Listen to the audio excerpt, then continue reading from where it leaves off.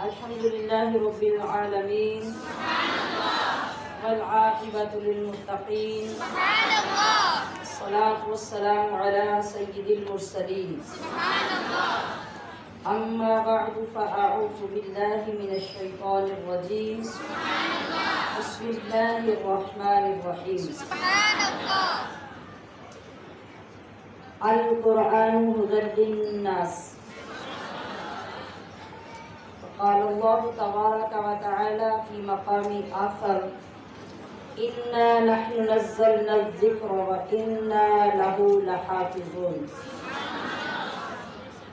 رب اشرح لي صدري ويسر لي أمري واحلل عقدة من لساني يفقهوا قولي.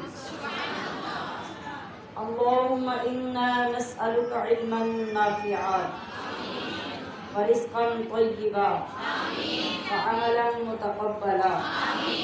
اللهم أرنا الحق حقا وارزقنا اتباعه وأرنا الباطل باطلا وارزقنا اجتنابه. اس آخری دعا کا معنی یہ ہے کہ یا اللہ ہمیں حق دکھا، جس طرح حق دکھانے کا حق ہے، اور ہمیں باطل بھی دکھا دے جس طرح باطل دکھانے کا حق ہے. جب ہم حق دیکھیں تو ہمیں حق کی پیروی عطا فرما، اور جب ہم باطل دیکھیں تو باطل سے بچنے کی توفیق عطا فرما. یہ جو آپ اس دعا پہ آمین کہتے ہیں تو آپ کے تصور میں بھی ہو کہ ہم کس چیز پہ آمین کہہ رہے ہیں. اللہم ارنا الحق حقا وارزقنا اتباعہ وارنا الباطل باطلا وارزقنا اجتنابہ. رب یسر ولا تعسر وتمم بالخیر.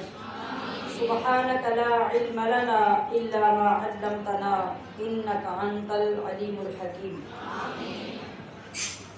ان اللہ وملائکتہ یصلون علی النبی یا ایھا الذین آمنوا صلوا علیہ وسلموا تسلیما.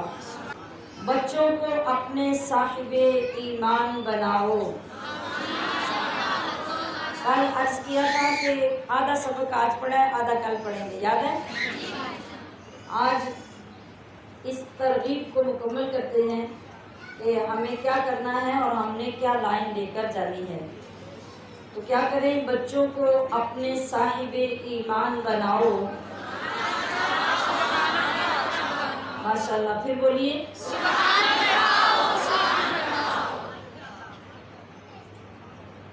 پھر بولیے سرکار کی سیرت سے ذرا ان کو سجاؤ.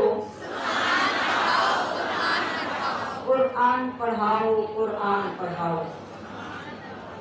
اور یہ بھی سن کر ذہن میں رکھنا ہے کہ قرآن پڑھانے کا یہ مطلب نہیں کہ اور کچھ نہ پڑھاؤ، یا جس زمانے میں رہتے ہو اس زمانے سے اور اس کے تقاضوں سے اولاد کو روشناس نہ کراؤ، نہیں، بلکہ ہم یہ نہیں کہتے انہیں انگلش نہ پڑھانا. CMB کمشنر انہیں کپتان بنانا عام آزادی ہے. ہاں پہلے مگر جینے کے ارکان سکھاؤ. قرآن پڑھاؤ، قرآن پڑھاؤ. سرکار کی سیرت سے ذرا ان کو سجاؤ. قرآن پڑھاؤ. اور اس کے علاوہ بھی اگر جو تعلیم حاصل کرنے کی خواہشات ہیں تو سنو، BSB کراؤ، انہیں MBA کراؤ. BSB کراؤ، انہیں MBA کراؤ. سائنس بھی پڑھاؤ اور چاند پہ جاؤ. اور چاند پہ جاؤ، اتنے علوم حاصل کر لو، اتنا عروج تمہیں مل جائے کہ تم چاند پہ پہنچ جاؤ. یہ سب کرو، یہ بہت اچھا ہے، مگر ہے شرط مگر پہلے مسلمان بناؤ. ہے شرط مگر پہلے مسلمان بناؤ. قرآن سب بول کے اقرار کریں. قرآن کی بجائے قرآن کہہ لیں تو زیادہ خوبصورت لگے گا. قرآن پڑھاؤ، قرآن پڑھاؤ، سرکار کی سیرت سے ذرا ان کو سجاؤ۔ اور دین یہ مانتا ہے اور اعلان کرتا ہے کہ دنیا کی بھی تعلیم ضروری ہے پڑھانا، دنیا کی بھی تعلیم ضروری ہے پڑھانا، جیون کا گزارا ہے ہنر مند بنانا، جیون کا گزارا ہے ہنر مند بنانا، اخلاق اور تہذیب کا مقصد نہ بھلاؤ، قرآن پڑھاؤ، قرآن پڑھاؤ۔ ہر اگلے شعر کے ساتھ جذبہ پہلے سے زیادہ پڑھانے کا ہونا چاہیے، کم نہیں۔ بچوں کو اپنے صاحب ایمان بناؤ، اور کالج کا ماحول ہمیں پاک ہے کرنا۔ یہ ریکویسٹ کس سے ہے؟ یہ ہماری تمام وہ بچیاں جو کالج اور یونیورسٹی کی تعلیم حاصل کرتی ہیں، تو جائیں، آپ ضرور پڑھیں، آپ جہاں تک آگے بڑھنا چاہیں ضرور پڑھیں۔ آپ کو دین اس سے منع نہیں کر رہا، منع کس سے کر رہا ہے؟ اور آپ کی ذمہ داری کیا ہے کہ کالج کا ماحول ہمیں پاک ہے کرنا، اب بنت ہوا کو ہے حیادار بھی بننا۔ آپ جہاں بھی ہیں، آپ کا گیٹ اپ سیدہ طیبہ فاطمہ الزہرا سلام اللہ علیہا کا ہونا چاہیے، اور آپ جس طرف بھی رخ کریں اسلام کی شہزادی کے حیثیت سے کریں، اور جس طرف جائیں وہاں سیدہ فاطمہ کا سبق پڑھا دیں، وہاں وہ رنگ پیدا کر دیں، دنیا کو بتا دیں کہ ہمارا دین کتنا افضل ہے، کتنا بلند و بالا ہے، کتنا افضل و اعلیٰ ہے۔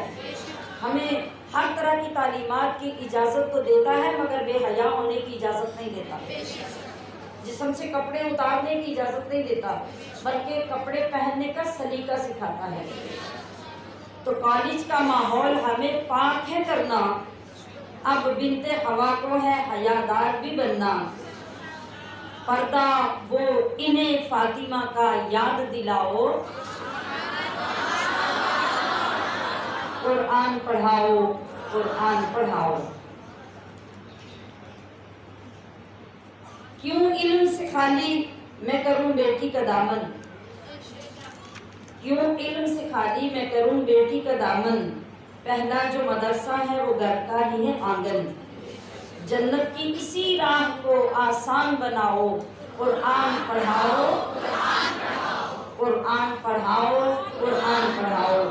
اور بیٹے ہوں یا بیٹیاں، عالم بھی بنانا، انہیں مفتی بھی بنانا، عالم بھی بنانا، انہیں مفتی بھی بنانا، جنت میں اگر جنت اعلیٰ کو ہے پانا، جنت میں اگر آپ کو جنت اعلیٰ کی جگہ درکار ہے اور خواہش ہے، تو پھر ضروری ہے کہ دنیاوی تمام تر علوم کے ساتھ ساتھ اپنے بچوں کو عالم بھی بنانا، انہیں مفتی بھی بنانا، جنت میں اگر جنت اعلیٰ کو ہے پانا، پھر بچوں کو تم حافظ قرآن بناؤ، پھر بچوں کو تم حافظ قرآن بناؤ، پھر خوب قرآن پڑھاؤ، قرآن پڑھاؤ، سرکار کی سیرت سے ذرا ان کو سجاؤ، تم شکر کرو خدا کا، مدارس ہیں جو چلتے، اگر آج یہ نہ ہوتے، آج آپ اس ٹھاٹ بات سے اتنے اہتمام سے اور اتنی خوشی سے دین سیکھنے کہاں آتے؟ تم شکر کرو خدا کا کہ مدارس ہیں جو چلتے، پڑھ لکھ کے یہاں دین کے داعی ہیں نکلتے، گھر گھر میں یہی جا کے تم اعلان کراؤ، قرآن پڑھاؤ، قرآن پڑھاؤ، قرآن پڑھاؤ، بچوں کو اپنے صاحب ایمان بناؤ، قرآن پڑھاؤ۔ سامعات محتشم، ہر روز کا جو سلسلہ محبت قرآن اور حقوق قرآن کا ہم لے کر چل رہے ہیں، آج اللہ کے فضل سے یہ چلتا ہوا اپنی روٹین کے ساتھ اس دن میں داخل ہو گیا 7ویں دن میں الحمدللہ۔ آپ دیکھیے ذرا پلٹ کر غور کیجئے، ابھی ابھی تو یوں لگتا ہے کہ جیسے رات کو چاند دیکھا ہو۔ تو گھروں کے کام کاج کرتے اور اپنی دنیاوی مصروفیات میں تو ایک ایک روزے کو ہم 10 بار گنتے ہیں، پھر جا کے روزہ مکمل ہوتا ہے، لیکن کتنی برکات ہے اس کتاب عظیم کی۔ آج 7ویں دن میں ہم داخل ہو گئے، 7ویں نشست میں ہم بیٹھ کے اس مقدس کتاب کا ذکر کر رہے ہیں، لیکن یہ احساس تک نہیں ہے کہ ہم کتنے روزے گزار چکے ہیں۔ تو عزیزات گرامی قدر، قرآن عظیم کے لیے اللہ کریم نے کیا فرمایا کہ ہم نے ہی اس قرآن کو نازل کیا اور ہم ہی اس کی حفاظت کرنے والے ہیں۔ اور یہ جو ہم اور آپ ہر روز بیٹھ کر اتنے اعتماد اور کانفیڈنس سے اس قرآن عظیم کے احکامات کو سن اور سنا رہے ہیں، اور ہر شخص کو سنتے سناتے یہ یقین ہے کہ جو رب نے قرآن اتارا تھا آج بھی وہی قرآن ہے، اس میں کبھی زیر زبر کا فرق نہ آیا نہ آ سکتا ہے۔ تو یہ کھلی دلیل ہے نا اللہ تعالیٰ کے اس فرمان کی صداقت کی کہ اللہ نے فرمایا کہ ہم اس کی حفاظت کر رہے ہیں، اور ہم ہر انداز سے اس ناریب کتاب کو دیکھیں تو ہمیں ایسی زبردست حفاظت اس کی نظر آتی ہے کہ بچہ آج جس نے چند آیات بھی پڑھی ہوتی ہیں اور آپ اس کے سامنے غلط پڑھتے ہیں تو وہ کھڑا ہو جاتا ہے کہ آپ یہ کیا پڑھ رہے ہیں۔ ایک عیسائی عالم دین یہ کہتا ہے، عالم دین کہتا ہے کہ میں اس تحقیق میں تھا کہ یہودی مذہب سچا ہے، عیسائی سچا ہے یا اسلام سچا ہے، توریت سچی ہے، انجیل سچی ہے یا قرآن کریم۔ اب کسی کی سچائی میں تو فرق نہیں ہے، تینوں کتابیں اللہ کی بھیجی ہوئی کتابیں ہیں، مگر اس کی سچائی کہنے کا یہ مطلب تھا کہ اب جس دور میں میں ہوں اور جس دور میں مسلمانوں کا غلبہ ہے، اس دور میں کون سی کتاب ہوگی جس کو لے کر چلنا ہوگا اور جس پر عمل کرنا ضروری ہوگا۔ اس کانسیپٹ میں اس نے کہا کہ اب کون سی کتاب سچی ہے۔ کہنے لگا کہ مجھے میرے ایک دوست نے میری زبان میں ٹرانسلیشن والا قرآن شریف دیا، میں نے اس قرآن شریف کو پڑھا، جب میں پڑھتا گیا تو مجھے سمجھ آتی گئی، اس طرح کہ میرے اندر کی دنیا بدلتی گئی۔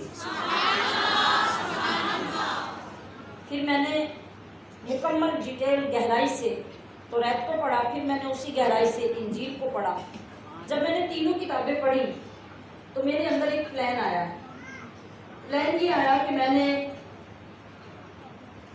توریت کو مکمل اول تا آخر لکھا، خوبصورت کر کے لکھا، شاندار کر کے لکھا اپنے ہاتھ سے، اور میں نے کہیں کہیں اس کے اندر تبدیلی کر دی۔ توجہ ہے؟ میں نے کہیں کہیں اس کے اندر تبدیلی کر دی، بدل دیا، مکمل کر کے خوبصورت تیار کیا، پیک کیا، رکھ دیا۔ پھر میں نے انجیل لکھی، اسی طرح شاندار قسم کی تحریر کر کے اس کے اندر کہیں کہیں تبدیلی کر دی۔ میں نے اس کو بھی گفٹ پیک بنایا، تیار کر کے رکھا۔ پھر میں نے قرآن لکھا،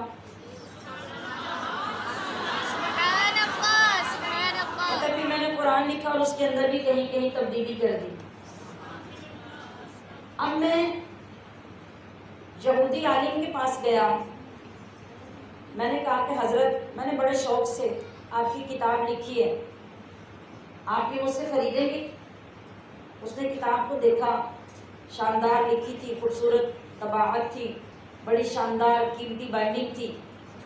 اس نے اس کو دیکھا اور منہ بولی قیمت دے کر اس کو خریدا اور اپنے گرجے میں رکھ لیا۔ پھر کہتا ہے کہ میں انجیل لے کر عیسائی راہب کے پاس گیا جو ان کا عالم تھا. یہی جا کے میں نے اس کو بولا. اس نے بھی اس کتاب کو دیکھا, حیران رہ گیا کہ بڑی خوبصورت, بڑی محنت سے کتاب لکھی, اور مجھے انعام و اکرام بھی دی اور اس کتاب کی قیمت بھی ادا کر دی اور اس کو لے لیا. اب میں وہ قرآن لے کر ایک مسجد میں پہنچا تو میں نے دیکھا کہ وہاں ایک بزرگ بیٹھ کے تلاوت کر رہے ہیں. میں نے جا کے کہا کہ حضرت, میں نے یہ بڑے شوق سے قرآن لکھا ہے, تو کیا آپ مجھ سے یہ اپنی کتاب, اپنے نبی کی کتاب خریدیں گے؟ اس نے مجھ سے قرآن لیا, قرآن لے کر اسے کھولا, چوما, ورق پلٹے.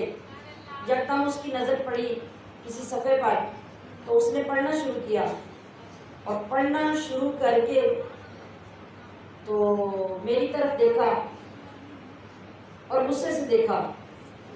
کہا کہ تم اس کتاب کو لائے ہو تو تم نے اس کتاب کو دیکھا نہیں کہ یہاں اس جگہ پہ یہ غلطی کی گئی ہے, اس جگہ پہ یہ غلطی کی گئی ہے.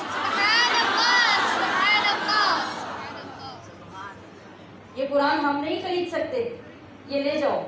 کہنے لگا کہ میں پھر نکلا, میں ایک اور مسجد میں گیا. میں نے دیکھا کہ وہاں ایک 10 سال کا بچہ قرآن اٹھائے, جو قرآن حفظ کر رہا تھا, وہ نکل رہا تھا. میں نے کہا کہ بیٹے دیکھو میرے پاس کتنا خوبصورت قرآن ہے, تم یہ قرآن لو گے؟ اس نے اسی طرح قرآن کو لیا نہیں بلکہ پکڑ کر کھولا. تو پہلے دوسرے صفحے پر ہی جب اس کی نظر پڑی تو وہاں پہ زیر و زبر کی غلطیاں تھیں. وہ 10 سال کا حافظ قرآن تڑپ اٹھا کہ میرے رب کے قرآن کے اندر یہ غلطیاں ہیں, اس قرآن کو میں کیسے لوں؟ سامعات محتشم, یہ ہمارا فخر ہے, یہ ہمارا عروج ہے, یہ ہمارے مقدر کی بلندی ہے کہ ہماری کتاب وہ کتاب ہے جس کی پہچان رب کریم نے بچوں سے لے کے بزرگوں تک کو کروائی ہے. لیکن ایک جملہ قابل غور ہے کہ کیا آپ اس قرآن کو پکڑ کر یہ غلطی نکال سکتے ہیں؟ بولیے. یہ غلطی تو وہی نکالے گا جس سے قرآن سے پیار ہو, جس سے قرآن کو پڑھنے کی عادت ہوگی. اور جن لوگوں کو قرآن پڑھنے کی عادت ہوتی ہے انہیں اتنی عادت ہو جاتی ہے, اور آیات کریمہ اور ان کے تلفظ اور ان کے الفاظ کی ادائیگی اتنی مانوس ہو جاتی ہے کہ جب وہ کسی سے سن بھی رہے ہوتے ہیں تو ان کو معلوم ہو جاتا ہے کہ پڑھنے والا غلط پڑھ رہا ہے. اور یہ معجزہ صرف اور صرف اللہ نے اپنے محبوب کریم کی اس لا ریب کتاب کو عطا کیا. یہ رنگ ہے اللہ کی حفاظت کا. اب وہ یہودی شخص کہتا ہے کہ میں نے جب یہ تینوں واقعے دیکھے تو میں نے اس کتاب کو عقیدتوں کے ساتھ چوما, اپنے سینے سے لگایا اور اللہ کو دعا بنا کے کہا اشہد ان لا الہ الا اللہ وحدہ لا شریک لہ, کہ یا اللہ تیرے فرمان سچ ہے, تیری کتاب سچ ہے, تیرا قرآن سچ ہے, تیرا دین سچ ہے, اور تیرا محبوب سچا ہے. آپ یہ دیکھیے کہ لوگوں نے ایمان حاصل کرنے کے لیے کتنی کتنی محنتیں کی, کتنی کتنی تحقیقات کی. کیا کتاب کو لکھنا چھوٹا سا کام ہے؟ اور پھر ایک نہیں, دو نہیں, 3 آسمانی کتابوں کو لکھنے میں کتنا وقت لگا, ان کو پرنٹ کروانے میں کتنا وقت لگا, اور یہ سارا پلان کرنے میں کتنا وقت لگا. لیکن اس شخص نے پوری تحقیق کے بعد پورا یقین حاصل کیا. اب اس یقین کے بعد جو ایمان نصیب ہوا, آپ کیا سمجھتے ہیں کہ وہ ایمان کمزور ہوگا؟ نہیں, وہ ایمان انگ انگ میں رچا ہوا ہوگا. اور یہی تو تقاضا ہے دین کا, یہی تقاضا ہے اللہ اور اس کے رسول کا کہ آپ کیا کرو, ادخلوا فی السلم کافہ, کہ پورے کے پورے اسلام میں داخل ہو جاؤ. اور پورے کا پورا داخل ہونا یہی ہے کہ آپ جب قرآن پر ایمان لے آئیں, اس کے رسول پر اور رب پر ایمان لے آئیں, تو پھر ایسا ایمان ہو کہ آپ کی ہر ہر بات میں, آپ کی ہر ہر نظر میں, آپ کی ہر ہر سوچ میں, آپ کے ہر ہر لمحے میں وہ قرآن اس طرح رچا بسا ہو اور اس کے احکام اور دین اس طرح رچا بسا ہو کہ آپ کبھی اس کے خلاف کرنے کا سوچ بھی نہ سکیں. یہی ہے اسلام میں پورے کا پورا داخل ہونا. اللہ نے اس کلام کو کتنی عزتیں، کتنی رفعتیں عطا فرمائی ہیں. اور یہ قرآن عجیب و غریب معجزہ ہے، اور یہ میرے اور آپ کے آقا کا علمی معجزہ ہے. علمی معجزہ، یہ ایسی علم کی بنیاد ہے کہ اس کے اوپر 15ویں صدی آ گئی، علم کی بنیادیں بنتی جا رہی ہیں، بنتی جا رہی ہیں، بنتی جا رہی ہیں، مگر وہ بنیاد اور جڑ اتنی ہی زیادہ مضبوط اور زیادہ منور ہوتی جا رہی ہے. آپ دیکھیے، انبیاء کرام علیہ السلام کو رب ذوالجلال نے بے شمار معجزات عطا کیے. یہ تو ہم بارہا مرتبہ سنتے ہیں، لیکن بسا اوقات کسی چیز کی بنیاد بنانے کے لیے، ذہن کو مجتمع کرنے کے لیے ان چیزوں کا اجمالی ذکر پھر کیا جاتا ہے. تو سامعین محتشم، نبی جو بھی ہوں، معجزہ جو بھی ہو، ہم نے احادیث مبارکہ میں پڑھا، علماء سے سنا، قرآن کریم میں پڑھا، تو ہم نے کیا دیکھا کہ جو معجزات آئے وہ ایک مدت کے بعد وہ معجزات ختم ہو گئے. آج کوئی بندہ، توجہ، آج کوئی بندہ دنیا میں حضرت موسیٰ علیہ السلام کا عصا ڈھونڈ کے لا سکتا ہے؟ اگر مل بھی جائے تو پتھر سے پانی نکال سکتا ہے؟ وہ معجزہ نبی کے ہاتھ پہ تھا اور ایک وقت کے لیے تھا، وہ ختم ہو گیا. آج کوئی بندہ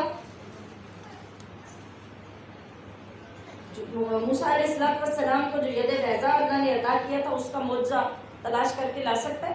وہ موسیٰ علیہ السلام کے ساتھ ختم ہو گیا.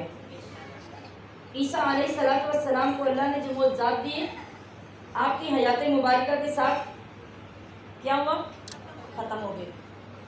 خود محمد عربی صلی اللہ علیہ وسلم، آپ کے معجزات، سب سے بڑا معجزہ جسے ایک معجزے میں ہزاروں لاکھوں معجزات تھے، وہ تھا معجزہ معراج. آج اسے ریپیٹ کیا جا سکتا ہے؟ دوبارہ وہ پیش آ سکتا ہے؟ معجزہ دیکھا جا سکتا ہے؟ نہیں. وہ رسول اللہ صلی اللہ علیہ وسلم کے ساتھ تھا ایک وقت کے لیے، جو اللہ پاک نے دکھایا وہ دکھایا، اور اس کے بعد اس کا وقت ختم ہو گیا. اور بے شمار معجزات آپ علیہ السلام کا، تو بال بال معجزہ، قال قال معجزہ، تو حال حال معجزہ. آپ کی ذات تو ایسی تھی، مگر اب ان میں زندہ و جاوید کوئی ایسا معجزہ جس کو بعین ہی آپ ابھی دیکھنا چاہیں تو دیکھ لیں، آپ کو کہیں نظر نہیں آئے گا. لیکن اے خواتین اسلام، ایک معجزہ مصطفیٰ کریم کا ایسا ہے جس کو آج بھی بعین ہی جس وقت اور جہاں چاہیں آپ دیکھ سکتے ہیں، وہ ہے آپ کے ہاتھ میں پکڑا ہوا قرآن مجید. سبحان اللہ، سبحان اللہ. یہ معجزہ ختم ہونے کے لیے نہیں آیا. جس طرح پہلے باقی معجزات ختم ہوئے، یہ ختم ہونے کے لیے نہیں آیا، بلکہ اسے قیامت تک موجود رہنا ہے، اور قیامت تک یہ موجود رہے گا. انشاءاللہ. پانی کے چشمے جاری ہوئے، ختم ہو گئے، سورج پلٹایا گیا، معجزہ ختم ہو گیا، چاند توڑا گیا، معجزہ ختم ہو گیا. لیکن قرآن نازل ہوا تو اب یہ معجزہ ختم ہونے والا نہیں، یہ قیامت تک چلے گا. اور ہر دور میں، ہر وقت میں، ہر علاقے میں آج بھی اس معجزے سے معجزات نورنما ہوتے جا رہے ہیں. اور نہ جانے اب یہ قیامت تک اس سے کتنے معجزات اور ظاہر ہوتے رہیں گے، اور ایمان والوں کے ایمان کو ترقی نصیب ہوتی رہے گی. اللہ رب العزت نے کتنا بڑا ہمارے اوپر کرم فرمایا، اور ایسی کتاب ہمیں عطا فرمائی کہ جس کو گھر میں رکھنا، اس کو دیکھنا، میں نے کئی بار عرض کیا کہ اس کے ساتھ جس انداز کا بھی آپ کا تعلق ہوگا، وہ سب کا سب آپ کو فائدہ دے گا. اور اسی قرآن سے آج بھی وہ معجزات رونما ہوتے رہیں گے. آج بچہ بچہ جو بیان کر رہا ہے، ہر انسان دیکھ رہا ہے، ہر جگہ پر، ہر شہر میں، بلکہ اب تو باقاعدہ طور پہ ہاسپٹلز میں سورۃ الرحمن کے علاج کے ڈپارٹمنٹ بنا دیے گئے ہیں. کیا یہ چھوٹا سا معجزہ ہے؟ اور پھر دیکھیے رب ذوالجلال ان لوگوں کو جنہوں نے قرآن کی محبت میں ڈوب کر قرآن کو پڑھا، جنہوں نے قرآن کی تلاوت کا الذین آتیناہم الکتاب یتلون حق تلاوتی، کہ جنہوں نے تلاوت کی قرآن کی تو قرآن کا حق ادا کر دیا. اور یہ شرف اللہ تبارک و تعالیٰ نے قاری عبدالباسط عبدالصمد کی زبان کو عطا کیا. سبحان اللہ، سبحان آپ دیکھ لیجیے اللہ. کہ اسپیشلٹی کیا ہے کہ ان لوگوں نے پوری دنیا میں اس انداز سے قرآن کو متعارف کروایا. اب تو الحمدللہ بچہ بچہ قاری ہے، ہر شخص بہترین قرآن پڑھنے کی کوشش کرتا ہے اور پڑھ لیتا ہے، اور رنگ رنگ کے انداز سے قرآن کریم جو اس احتیاط کے ساتھ پڑھنے کا حکم ہے، پڑھنے والے لوگ آپ کو مل جاتے ہیں. مگر ایک وقت تھا کہ پوری دنیا میں جو نام تھا وہ قاری عبدالباسط عبدالصمد کا. ہر جگہ پہ جو آواز گونجتی تھی قاری عبدالباسط اور قاری عبدالصمد کی گونجتی تھی. تو اللہ نے کیا صلہ عطا کیا ذرا دیکھیے. پوری دنیا میں غیر مسلم بھی اس کو ماننے کے لیے تیار ہیں کہ اللہ نے ان کی آواز میں سورۃ الرحمن میں وہ معجزہ رکھا ہے کہ قبر میں پہنچے ہوئے لوگ اللہ پاک واپس لے آتے. سبحان اللہ، سبحان اللہ. ایسے امراض سے رب ذوالجلال شفا عطا کرتا ہے جن امراض کو لا علاج قرار دے دیا گیا ہے. تو کیا یہ چھوٹا معجزہ ہے؟ یہ تو وہ معجزہ ہے جو ہماری آنکھوں کے سامنے ہے، ہم اپنے کانوں سے سنتے ہیں. کتنے مقامات، کتنی جگہوں سے ایسی خبریں ملتی رہتی ہیں جن کو آپ جانتے ہیں، جن کو نہیں جانتے. کبھی اخبارات سے، کبھی ٹی وی سے، کبھی نیٹ سے آپ کو یہ خبریں ملتی رہتی ہیں کہ فلاں بندہ سورۃ الرحمن سننے سے اس مرض سے لا علاج تھا جو وہ ٹھیک ہو گیا. تو دیکھیے کہ معجزات اس کلام عظیم کے ڈھکے چھپے نہیں ہیں بلکہ کھلے عام ہیں، ہمیں سنائی بھی دے رہے ہیں، دکھ بھی رہے ہیں. تو یہ سب چیزیں ہمیں کس بات کی توجہ دلا رہی ہیں؟ قرآن پڑھاؤ، قرآن پڑھاؤ. بچوں کو اپنے صاحب ایمان بناؤ. قرآن پڑھاؤ، قرآن پڑھاؤ. خود بھی پڑھو، بچوں کو پڑھاؤ. اس طرح پڑھنا سیکھو اور سکھاؤ کہ اس کی محبت ترقی پکڑتی جائے، محبت بڑھتی جائے. اور پھر لوگوں سے معجزات نہ سنو بلکہ اپنی ذات میں معجزات کو دیکھو. خود دیکھو کہ ہمیں قرآن سے کیا معجزات نصیب ہوئے، قرآن کی محبت نے ہمیں کیا دیا. قرآن کو محبت کے ساتھ پڑھنے سے ہمارے گھروں میں کتنی برکات آئیں، ہمارے گناہوں سے ہماری عادتیں کتنی چھوٹی، ہمیں نیکیوں سے محبت کتنی ہوئی. یقین کیجئے کہ آپ عملی طور پر اس قرآن کو اس انداز سے اپنا کے دیکھیے، یہ سب چیزیں آپ کے ساتھ پیش آئیں.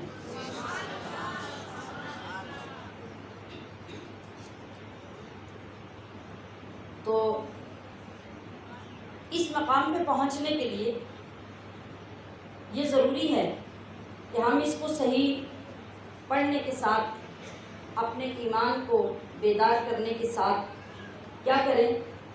قرآن کریم کی عظمت، اس کی شان کو اپنے دلوں میں اتار کر اپنے آپ کو اس کے سامنے عاجز اور مسکین پیش کریں. اور جب ہم قرآن کھولیں تو باقاعدہ اپنے اوپر ایک کیفیت طاری کریں. کیا کیفیت؟ کہ یہ جو کتاب میرے ہاتھ میں ہے یہ ایک کتاب نہیں ہے، یہ اللہ کا کلام ہے. اور اس کو کھول کر جو میں بیٹھی ہوں تو میرا رب مجھ سے باتیں کر رہا ہے. سبحان اللہ. یہ تصور ہوگا تو کیسی صورتحال ہوگی جب ہم آگے قرآن رکھ کے یہ تصور کر کے بیٹھیں گے کہ اب میرا رب مجھ سے باتیں کرنے لگا ہے. اور پڑھتے ہوئے پہلے تو اس کو سیکھا جائے، سیکھنے کے بعد جب پڑھا جائے تو پھر کیفیت یہ ہو کہ یہ جو رب مجھ سے باتیں کر رہا ہے نا، اس کا سین کیسا ہے؟ اس کا سین یہ ہے کہ میرے ہاتھ میں کتاب ہے، میں رسول اللہ کی مجلس میں بیٹھی ہوں، جبریل اللہ کا کلام لا رہے ہیں سبحان اللہ. اور میں اس کو سنا رہی ہوں، میرے نبی میرا کلام سن رہے ہیں. سبحان اللہ، دیکھیے جس وقت ہم نماز کے لیے کھڑے ہوتے ہیں نا تو ہمیں کیفیت بنانے کا حکم دیا گیا نا کہ کیفیت بنائیے. کیا کیفیت؟ آپ تصور کیجئے کہ میرا رخ اس وقت کعبے کی طرف ہے.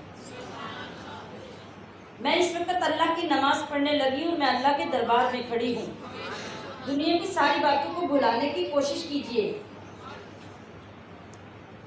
اور پھر اپنی توجہ اللہ کے ان کلام کی طرف کیجئے جو نماز کے اندر پڑھنے والے الفاظ ہیں. آپ کا دھیان ترجمے کی طرف ہو کہ میں کیا کہہ رہی ہوں, اور اپنی اس ساری حالت کو رب کے حضور پیش کیجئے ایک بندے کی حیثیت سے. کیا ہوگا؟ آپ کی وہ کیفیت جب بنے گی کہ آپ کا دھیان اپنے رب کی طرف, اس کلام کی طرف اور اس کلام کے ترجمے کی طرف ہوگا. آپ ایک ایک لفظ کو محسوس کرتے جائیں گے کہ میں اپنے رب سے کیا کہہ رہی ہوں. آپ نے کیفیت بنائی تو پھر آپ کو نماز کی لذت محسوس ہوئی. اسی طرح فرمایا گیا کہ اگر قرآن کی محبت میں گم ہو کر آپ اس کیفیت کے ساتھ قرآن پڑھنے لگیں گے تو یقیناً آپ کو اس کی سمجھ بھی آنے لگے گی, لطف بھی آنے لگے گا, لذت بھی محسوس ہونے لگے گی کہ واقعی میں اللہ کی باتیں سن رہی ہوں, سبحان اللہ, اور اللہ کی باتیں پڑھ کر میں سنا رہی ہوں, اور میرے مصطفیٰ کی بارگاہ میں یہ سارا سین ہے جس کو میں دیکھ بھی رہی ہوں اور پڑھ کے سنا بھی رہی ہوں. عزیزات گرامی قدر, صحابہ اکرام فرماتے ہیں کہ ہم جب اپنے محبوب آقا کی بارگاہ میں بیٹھ کر قرآن پڑھا کرتے تھے تو ہمارا طریقہ یہ ہوتا تھا کہ ہم اگر 10 آیات پڑھتے ہیں تو 10 آیات کو پڑھنے کے بعد, میرا جملہ سنیے گا, 10 آیات کو پڑھنے کے بعد ہم 11ویں آیت اس وقت پڑھتے جب پہلی 10 پہ عمل کر لیتے, اور ہمارا فوکس کیا ہوتا, ہماری ترجیح کیا ہوتی کہ ہم جو پڑھتے اس کو اتنی گہرائی سے سمجھ کر پڑھتے کہ ساتھ ساتھ پڑھتے جاتے اور اس پر عمل کرتے جاتے, اور جب ہم عمل میں مضبوط ہو جاتے تو پھر ہم آگے سیکھنا شروع کرتے. اس کا یہ مطلب ہرگز نہیں کہ اگر 10 آیتیں پڑھتے تو 2 سال 11ویں نہیں پڑھتے تو 2 سال اس پہ عمل کی کوشش کر لیں. نہیں, مطلب یہ ہے کہ عمل کرنا ہمارے نزدیک اتنا امپورٹنٹ ہوتا تھا کہ ہم جس طرح پابندی سے قرآن کی آیتیں سیکھتے اسی پابندی کے ساتھ ہم اس پہ عمل بھی کرتے. تو جس وقت یہ کیفیت ہمیں نصیب ہو جائے اور ہم اپنے فکر و عمل کو قرآن کے مضامین کے مطابق بدل لیں تو پھر ہمارے ظاہر اور باطن میں قرآن کی حکمرانی شروع ہو جاتی ہے. اور جس وقت ہماری یہ کیفیت ہو اور ہمیں جرأت نہ ہو کہ ہم قرآن سے باہر نکل کر کوئی کام کریں یا کسی بات کے بارے میں سوچ بھی سکیں تو بس پھر سمجھ لیجئے کہ اللہ نے آپ کو قرآن سے جوڑ دیا. اور جو آنے والا وقت ہے اس کے بارے میں اس چیز کا جاننا بھی اشد ضروری ہے کہ ہمیں اگر ترقی عروج قدر و منزلت چاہیے تو اس کے لیے بھی راستہ قرآن کا ہی ہے. اور حضور نبی کریم صلی اللہ علیہ وسلم نے خود اس کی تلقین بھی فرمائی ہے کہ اگر تم سیدھے راستے پہ قائم رہنا چاہتے ہو تو قرآن کریم کے ساتھ قائم ہو جاؤ. اور آپ علیہ الصلوۃ والسلام نے یہ بھی ارشاد فرمایا کہ اے لوگوں خبردار ہو جاؤ, ان قریب ایک بڑا فتنہ سر اٹھائے گا. یہ قیامت کے قریب جو فتنے اٹھیں گے, آپ نے اس طرف اشارہ فرمایا کہ ان قریب ایک بہت بڑا فتنہ سر اٹھائے گا. حضرت علی رضی اللہ تعالی عنہ نے سوال کیا, یا رسول اللہ پھر اس فتنے سے نجات کیسے ہوگی؟ آپ علیہ الصلوۃ والسلام نے فرمایا کہ اس فتنے سے نجات اللہ کی کتاب ہوگی. سبحان اللہ, سبحان اللہ. اگر تم اس کتاب کے ساتھ تعلق بنا لو گے، اس کی تعلیمات پر عمل کرنے لگ جاؤ گے، تو پھر یہی کتاب تمہیں ان فتنوں سے نکالے گی، کیونکہ ان فتنوں سے نکلنے کا حل اسی قرآن میں موجود ہوگا۔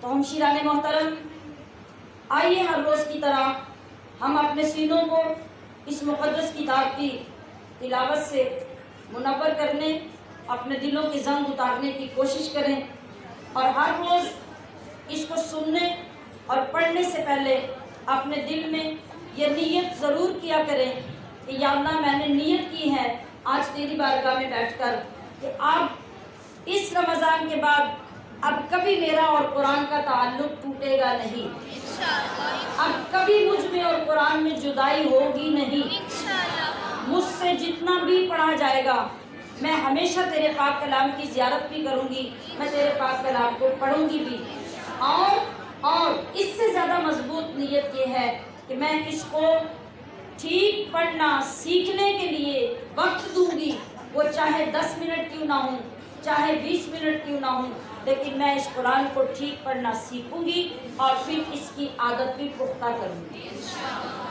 ہاتھ بلند کر کے انشاءاللہ کیجیے، اور دل کے اندر سے آواز نکال کے انشاءاللہ، اور اس کے ساتھ ضرور بھی کہیے جی۔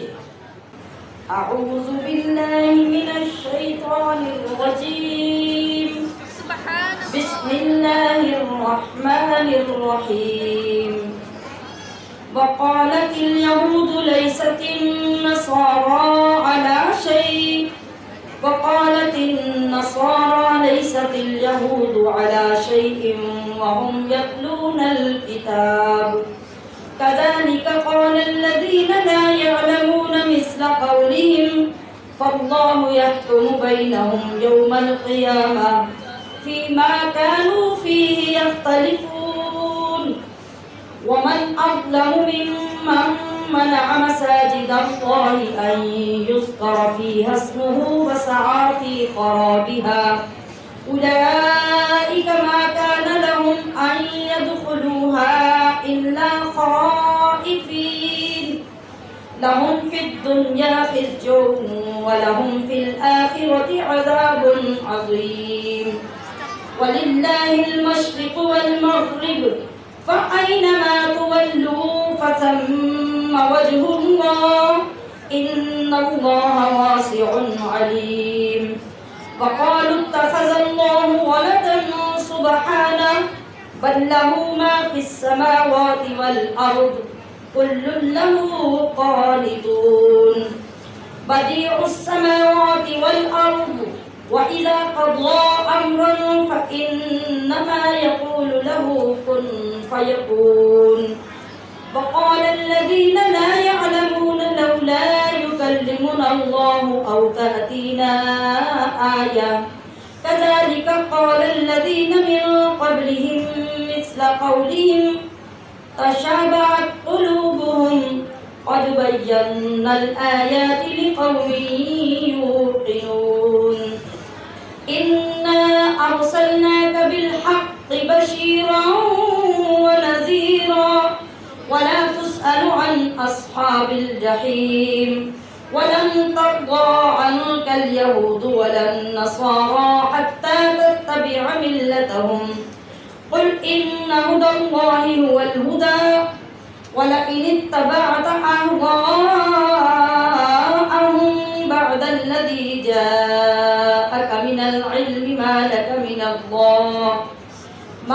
من الله من ولي ولا نصير الذين آتيناهم الكتاب يتلونه حق تلاوته أولئك يؤمنون به ومن يكفر به فأولئك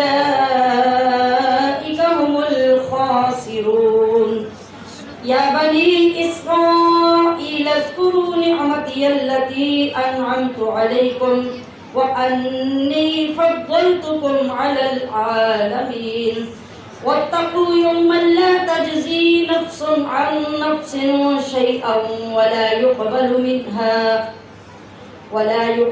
منها عدل ولا تنفعها شفاعة ولا هم ينصرون ينصرون وإذ ابتلى إبراهيم ربه بكلمات فأتمهن قال إني جاعلك للناس إماما قال ومن ذريتي قال لا ينال عهد الظالمين وإذ جعلنا البيت مثابة للناس وأمنا واتخذوا من مقام إبراهيم مصلى وعهدنا إلى إبراهيم وإسماعيل أن طهرا بيتي للطائفين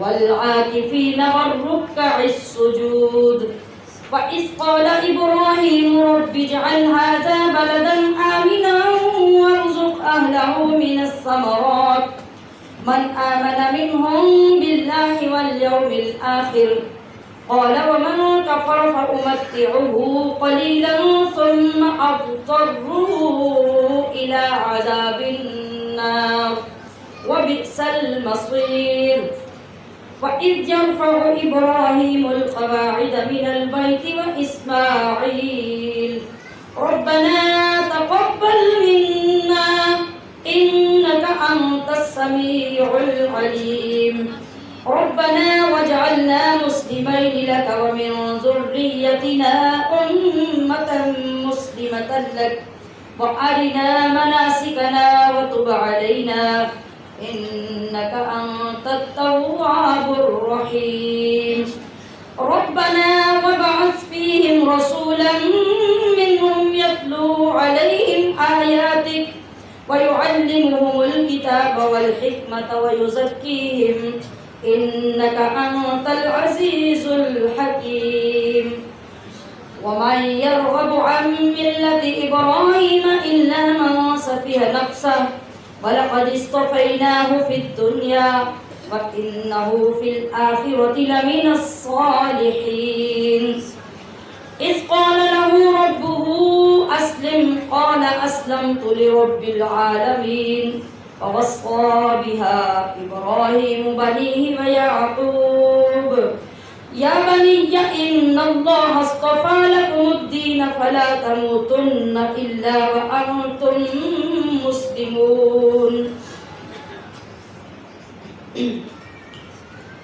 أم كنتم شهداء إذ حضر يعقوب الموت إذ قال لبنيه ما تعبدون من بعدي قالوا نعبد إلهك وإله آبائك إبراهيم وإسماعيل وإسحاق إلها واحدا ونحن له مسلمون تلك أمة قد خلت لها ما كسبت ولكم ما كسبتم ولا تسألون عما كانوا يعملون وقالوا كونوا هودا أو نصارى تهتدوا قل بل ملة إبراهيم حنيفا وما كان من المشركين قولوا آمنا بالله وما أنزل إلينا وما أنزل إلى إبراهيم وإسماعيل وإسحاق ويعقوب والأسباط وما أوتي موسى وعيسى وما أوتي النبيون من ربهم لا نفرق بين أحد منهم ونحن له مسلمون فإن آمنوا بمثل ما آمنتم به فقد اهتدوا وإن تولوا فإنما هم في شقاق فسيكفيكهم الله وهو السميع العليم صبغة الله ومن أحسن من الله صبغة ونحن له عابدون قل أتحاجوننا في الله وهو ربنا وربكم ولنا أعمالنا ولكم أعمالكم ونحن له مخلصون ام تقولون ان ابراہیم واسماعیل واسحاق ویعقوب والاسباط كانوا هودا او نصارا قل اانتم اعلم ام الله ومن اظلم ممن كتم شهادة عنده من الله وما الله بغافل عما تعملون تلك أمة قد خلت لها ما كسبت ولكم ما كسبتم ولا تسألون عما كانوا يعملون.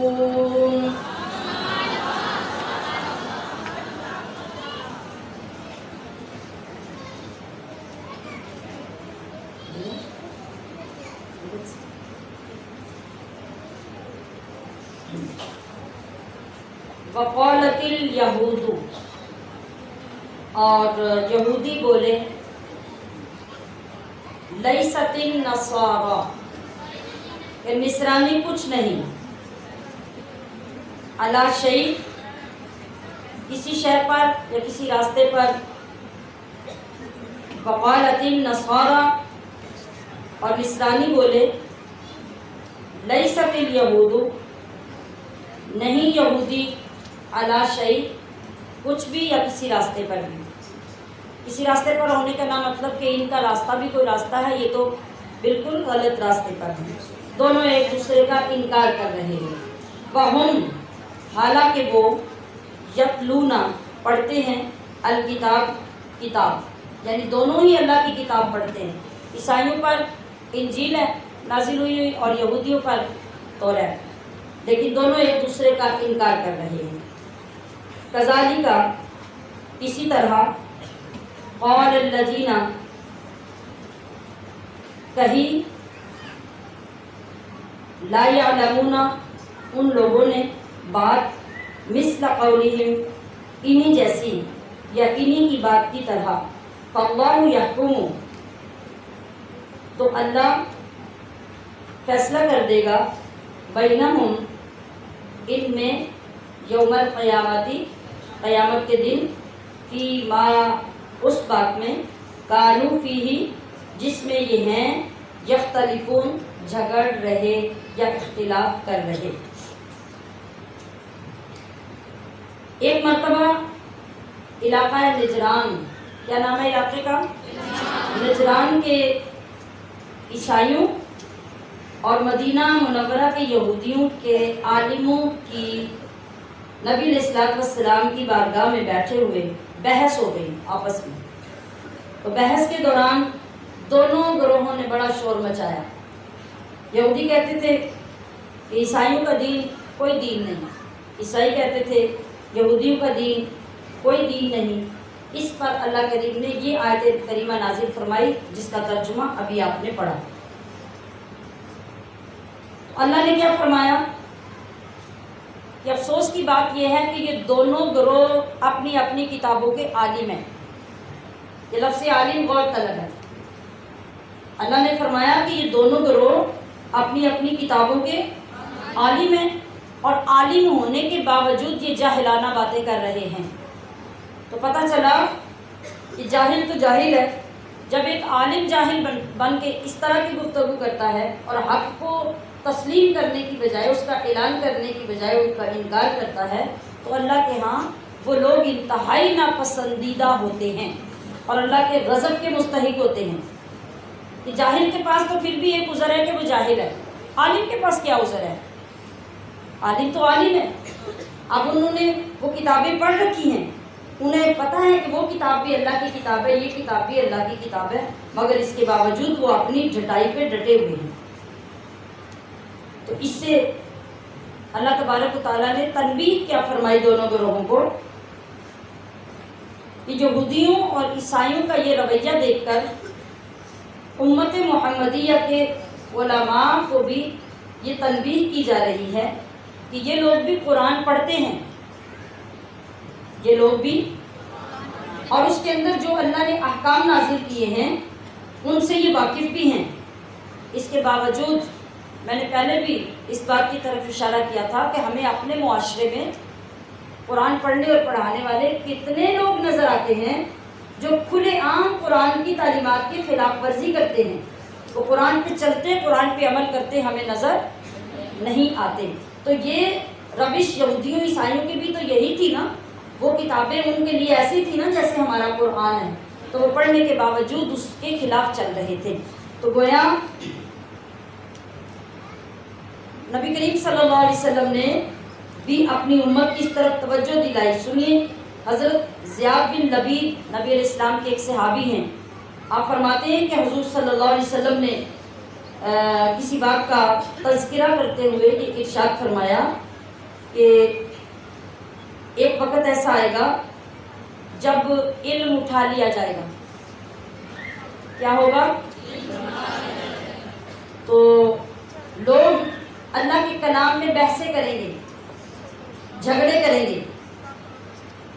تو حضرت زیاد بن لبید کہتے ہیں میں نے عرض کی کہ یا رسول اللہ، یہ اس وقت ہوگا جب کہ علم اٹھ جائے گا.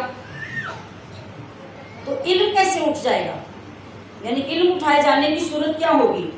حالانکہ ہم لوگ یعنی صحابہ نے اپنی بات کی کہ ہم لوگ قرآن پڑھتے ہیں، ہماری اولادیں بھی پڑھتی ہیں، اور یقیناً جب ہماری اولادیں پڑھتی ہیں تو آگے ان کی اولادیں بھی پڑھیں گی، اور یہ سلسلہ تو اسی طرح چلتا رہے گا.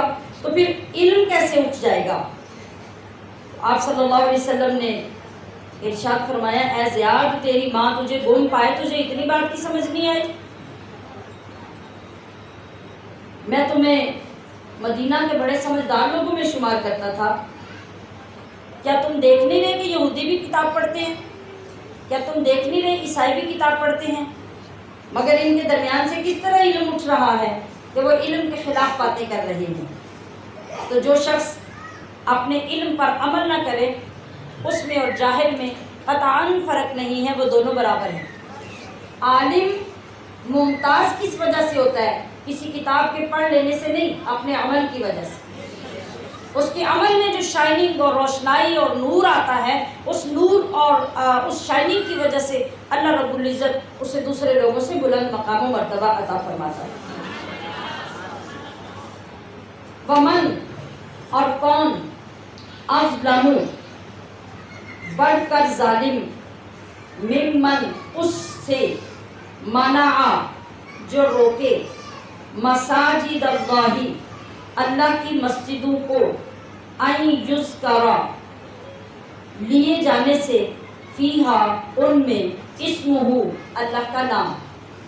یعنی جو بندہ اللہ کی مسجدوں سے میں اللہ کا نام لینے، اللہ کا ذکر کرنے سے روکتا ہے، دنیا میں اس سے بڑا ظالم کوئی نہیں ہے. جو کسی بھی طرح سے دین کی پرچار، دین کی تبلیغ اور دین پہ چلنے والوں کے لیے اللہ کے گھر کو بند کرے اور وسعا اور کوشش کرے فی خرابیہا مسجدوں کی ویرانی میں.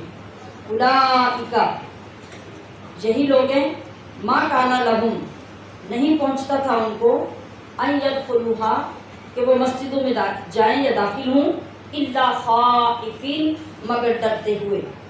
لہم فی الدنیا جو لوگ ایسا کرتے ہیں، مسجدیں بند کرتے ہیں یا مسجدوں میں جھگڑے کرتے ہیں یا مسجدوں میں فرقہ بازی کر کے لوگوں کے لیے پریشانیاں پیدا کرتے ہیں، یہ سب مسجدوں کی ویرانی میں آتے ہیں.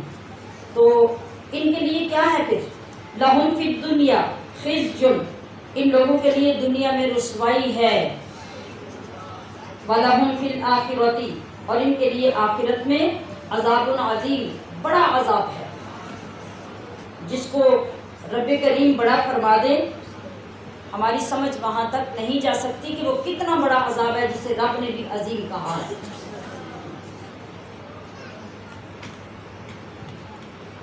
تو یہ آیت کریمہ ان مشرکوں کے حق میں نازل ہوئی جنہوں نے مسلمانوں کو کعبے میں جا کے نماز پڑھنے سے روکا تھا. اور جب صلح حدیبیہ ہوئی تھی اور اس وقت مدینہ سے آئے ہوئے صحابہ کو، نبی علیہ الصلوۃ والسلام کو، سب کو مکہ جانے اور عمرہ کرنے، وہاں نماز ادا کرنے سے روکا تھا. یہ ان لوگوں کے حق میں آیت کریمہ نازل ہوئی.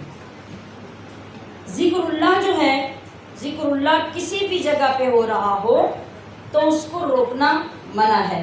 لیکن مسجدوں کا نام خاص طور پہ اس لیے لیا گیا کہ باقی جگہ جیسے اب یہ جگہ ہے، یہ جگہ تو اور کاموں کے لیے بھی بنائی گئی ہے. یہاں اگر ہم اللہ کا ذکر کر رہے ہیں تو یہاں شادیاں بھی ہوتی ہیں، پارٹیز بھی ہوتی ہیں، سالگرہیں بھی ہوتی ہیں، کانفرنسز بھی ہوتی ہیں، میٹنگز بھی ہوتی ہیں، تو اس میں بہت سارے کام ہوتے ہیں. تو اس لیے عام جگہ کا ذکر نہیں کیا گیا، حالانکہ یہاں سے بھی یا کسی اور جگہ سے بھی اگر کوئی بد مذہب لوگ یا بد عقیدہ لوگ یا بد کردار لوگ اللہ کا ذکر کرنے والوں کو روکیں گے تو وہ ظلم ہی کریں گے. تو اگر یہ ظلم ہے تو جو مسجدیں بنائی ہی اللہ کے ذکر کے لیے گئی ہیں، جو وہاں سے روکے گا وہ تو ظلم عظیم کرے گا. وَلِلَّهِ الْمَشْرِقُ، اور اللہ ہی کے ہے مشرق، والمغرب اور مغرب. فَأَيْنَمَا، تو جدھر بھی، تولو تو منہ کرو، فَثَمَّ تو پاؤ گے، وجہ اللہ. وجہ اللہ، وجہ ان کا معنی ہوتا ہے منہ، لیکن اللہ کا تو کوئی منہ نہیں ہوتا، اللہ تو چہرے سے پاک ہے. تو یہاں پھر وجہ اللہ کہہ کر بندے کو سمجھانے کے لیے یہ بات کہی گئی کہ جدھر بھی تم منہ کرو گے وہاں تم اللہ کو پاؤ گے. کس طرح؟ اللہ اپنی رحمت کے ساتھ اس طرف متوجہ ہوگا جدھر تم متوجہ ہو. یا لفظ استعمال کیا گیا وجہ اللہ، کہ ادھر ہی تم اللہ کا چہرہ پاؤ گے. اگر ہم یہاں کہتے ہیں کہ اللہ کا چہرہ اور چہرے کو چہرہ اپنی طرح سمجھتے ہیں تو پھر ہم ایمان سے خارج ہو جاتے ہیں. جی پچھلے کسی سبق میں نے حضرت آدم علیہ السلام کے ذکر میں لفظ ظالمین جو آیا تھا اس کے بارے میں وضاحت کی تھی کہ یہاں پر لفظ ظالم ہم نبی کے لیے ترجمہ کرتے ہوئے نہیں پڑھیں گے، بلکہ ہم کیا کریں گے کہ تم راستے سے ہٹ گئے. کیا کیا؟ راستے سے ہٹ گئے. تو کسی عزیزہ نے سوال کیا ہوا تھا، وہ میں گھر میں میسیج میں جواب دیا، نامکمل رہ گیا، دوبارہ پھر میرے ذہن سے نکل گیا. تو میں بھی آج وہ تشریف لائی ہوں محفل میں. تو میں آپ کی خدمت میں یہ عرض کرنا چاہتی ہوں کہ جو عربک ہے، عربک میں خاص طور پر یہ خاصیت ہے کہ ایک ایک لفظ کے بے شمار معنی ہوتے ہیں، اور ہم نے کسی بھی معنی کو عبارت کے مطابق ایڈجسٹ کرنا ہوتا ہے. جس جگہ پہ جو معنی سوٹ کرے گا ہم وہ معنی اس کا رکھیں گے. حالانکہ وہ سارے معنی اسی لفظ کے ہی ہیں، لیکن سارے معنی ایک ہی جگہ پہ آپ نہیں لگا سکتے. مثلا لفظ توبہ ہے نا، توبہ کا لفظ اللہ کی طرف بھی منسوب ہوتا ہے اور بندے کی طرف بھی. تو کیا آپ یہ سمجھتے ہیں کہ ہم جب توبہ کا لفظ اللہ کی طرف منسوب کریں گے تو ہم کہیں گے معاذ اللہ اللہ نے توبہ کی؟ بولیے نہیں نا. اور اگر بندہ کرے گا تو کیا بندے کی طرف آپ یہ منسوب کر سکتے ہیں کہ بندے نے توبہ قبول کی؟ نہیں نا. بس اس بات سے سمجھ لیجئے کہ ہمیں یہ دیکھنا ہے کہ لفظ کس کی طرف منسوب ہو رہا ہے. اب جو ظلم ہے نا، ظلم کیا ہے؟ اس کا معنی کیا ہے؟ ظلم کا لغوی معنی ہوتا ہے کسی چیز کو اس کی جگہ سے ہٹا کر رکھنا. جو وقت جو چیز یا جو جگہ کسی کام کے لیے ہے یا جو وقت کسی کام کے لیے ہے اس وقت میں کام نہ کرنا، اور جس جگہ پہ کسی چیز کو مختص کیا گیا ہے رکھنے کے لیے اس جگہ پہ اس چیز کا نہ رکھنا، لغوی طور پہ اس کو ظلم کہتے ہیں. تو جب ایک بندہ جو کام نہیں کرنا چاہیے وہ کرتا ہے تو ہم کہتے ہیں کہ اس نے ظلم کیا. لیکن اصطلاح میں ہمارے نزدیک ظلم کرنا ایک انتہائی برا، ناپسندیدہ، ناقابل بیان اور قابل نفرت کام ہوتا ہے. اس کو ہم ظلم کہہ دیتے ہیں. تو نبی کے لیے کوئی ایسا لفظ اور کوئی ایسا جذبہ امتی استعمال نہیں کر سکتا. اس وجہ سے ہمیں لفظ ظلم کے ساتھ ترجمہ ان کے لیے کرنا بے ادبی ہے. اسی طرح جس طرح ہے کہ انہو هو التواب الرحیم، ٹھیک ہے. اگر یہ لفظ تواب بندے کے لیے آئے گا تو اس کا مطلب ہے بہت زیادہ توبہ کرنے والا. اگر التواب اللہ کے لیے ہے اس کا مطلب ہے بہت زیادہ توبہ قبول کرنے والا. لفظ تو ایک ہی ہے نا، لیکن ترجمہ آپ قرآن میں پڑھیں اسی طریقے سے کیا جا رہا ہے. اسی طرح لفظ دعا کے بھی بے شمار معنی ہیں. دعا کا معنی پوجنا بھی ہوتا ہے. دعا کا معنی یہ جو ہم عام لفظ بولتے ہیں دعا کرنا، یعنی التجا کرنا، آرزو کرنا، طلب کرنا، مانگنا، یہ سارے معنی دعا کے ہیں. اور دعا کا معنی پوجنا بھی ہے. اب ہم اگر اس میں کسی سے دعا کروانے یا کرنے کا کہتے ہیں تو کیا ہم اس کے لیے لفظ پوجنا اس کا ترجمہ کر سکتے ہیں؟ نہیں کر سکتے نا. التجا کر سکتے ہیں، آرزو کر سکتے ہیں، درخواست کر سکتے ہیں. تو اس طریقے سے لفظ الصلاۃ یہ جو ہم کہتے ہیں ان الصلاۃ کانت علی المؤمنین کتابا موقوتا، اس الصلاۃ کا معنی کیا ہے؟ نماز. یا ایھا الذین آمنو، وہ آیت کیا ہے جس میں درود پاک پڑھنے کا ہے؟ ان اللہ و ملائکتہ یصلون علی النبی. یصلون یہ صلاۃ سے لفظ ہے، ٹھیک ہے. اب جو میں نے پہلے آیت پڑھی اس صلاۃ میں صلاۃ کا معنی ہے نماز، اور یصلون علی النبی اس صلاۃ میں صلاۃ کا معنی ہے درود. یہ لفظ صلاۃ ہی ہے، لیکن اب ہم اس جگہ پہ صلاۃ کا معنی نماز نہیں کر سکتے. اس کا مطلب ہوگا کہ یصلون علی النبی کہ اللہ اور فرشتے معاذ اللہ نبی کے سامنے نماز پڑھتے ہیں، نہیں کر سکتے نا. تو پھر اس کا ترجمہ جو اس کا دوسرا لفظ ہے اس کا معنی درود ہے، تو ہم یہاں پہ درود کریں گے. اور ان الصلاۃ علی المؤمنین کتابا موقوتا، یہاں پر ہم الصلاۃ کا معنی اگر درود کریں گے تو جملہ غلط ہو جائے گا، یہاں ہمیں اس کا معنی صلاۃ کرنا ہوگا. اور لفظ صلاۃ کے عربی میں 57 سے زیادہ یعنی 60 کے قریب معنی ہیں. تو اب ہمیں دیکھنا ہوگا نا کہ 60 میں سے کون سا معنی کہاں لگتا ہے. تو میں اس عزیزہ کو خاص طور پہ یہ سمجھا رہی ہوں، مجھے نہیں پتا یہ کن کا سوال تھا، کہ اس وجہ سے ہم ترجمے کو بدلتے نہیں ہیں. انہوں نے یہ سمجھا کہ ہم ترجمہ بدل رہے ہیں. ترجمہ بدل نہیں رہے، بلکہ یہ ترجمے کے قواعد ہیں جو مفسرین نے لکھے ہیں، علماء نے لکھے ہیں. اور پھر یہ بھی میں نے 2-3 مثالیں دے کر آپ کی خدمت میں عرض کر دیا کہ اس کو جب آپ سمجھ لیں گے تو آپ کو خود سمجھ آ جائے گی کہ الفاظ کا ترجمہ کیسے کیا جاتا ہے. جی کہاں پہنچے تھے ہم؟ یہ وجہ اللہ پہ بات ہوئی تھی. اب اسی طرح دیکھیں کہ آپ اگر وجہ ان کا چہرہ معنی کریں تو بتائیں کہ آپ مسلمان رہ جائیں گے؟ اللہ تو چہرے سے پاک ہے، ہاتھوں سے پاک ہے، آنکھوں سے پاک ہے، جسم سے پاک ہے. تو آپ اس کا معنی چہرہ کر کے، چہرہ سمجھ کے آپ ایمان سے خارج ہو جاتے ہیں. تو پھر معنی کیا ہوگا؟ اس وجہ کا مطلب وہی ہے جو اللہ کے علم میں ہے. ہم نہیں جانتے کہ اللہ کا چہرہ کیسا ہے، اللہ ہمارے جیسے چہرے سے پاک ہے.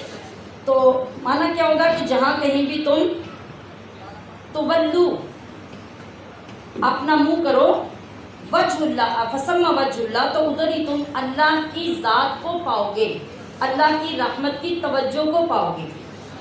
ان اللہ واسع علیم، بے شک اللہ وسعت والا، علم والا ہے. جی ایک مرتبہ صحابہ کرام سفر میں تھے کہ آدھی رات تھی، سخت اندھیری رات، قبلے کی سمت معلوم نہیں ہو سکی. ہر شخص نے نماز پڑھی، جدھر جس کا دل جم گیا اس نے کہا کہ ادھر ہی قبلہ، اس نے ادھر منہ کر کے نماز پڑھ لی. تو صبح کو جب صحابہ نے آ کے نبی علیہ السلام کی بارگاہ میں یہ بات عرض کی تو آپ نے ان کو پھر یہ آیت کریمہ سنائی جو اس وقت اللہ پاک نے نازل فرمائی کہ ایسی صورت اگر آ جائے، جنگل ہو، بیابان ہو، اندھیری ہو، سمندر ہو، جب کہیں اس طرح پتہ نہ چل رہا ہو، تو پھر مسلمان کے لیے یہ ضروری ہے کہ وہ غور و فکر کرے، دائیں بائیں دیکھے، سائے دیکھے، سورج کا رخ دیکھے، درختوں کے سائے کدھر جا رہے ہیں ان کو دیکھے.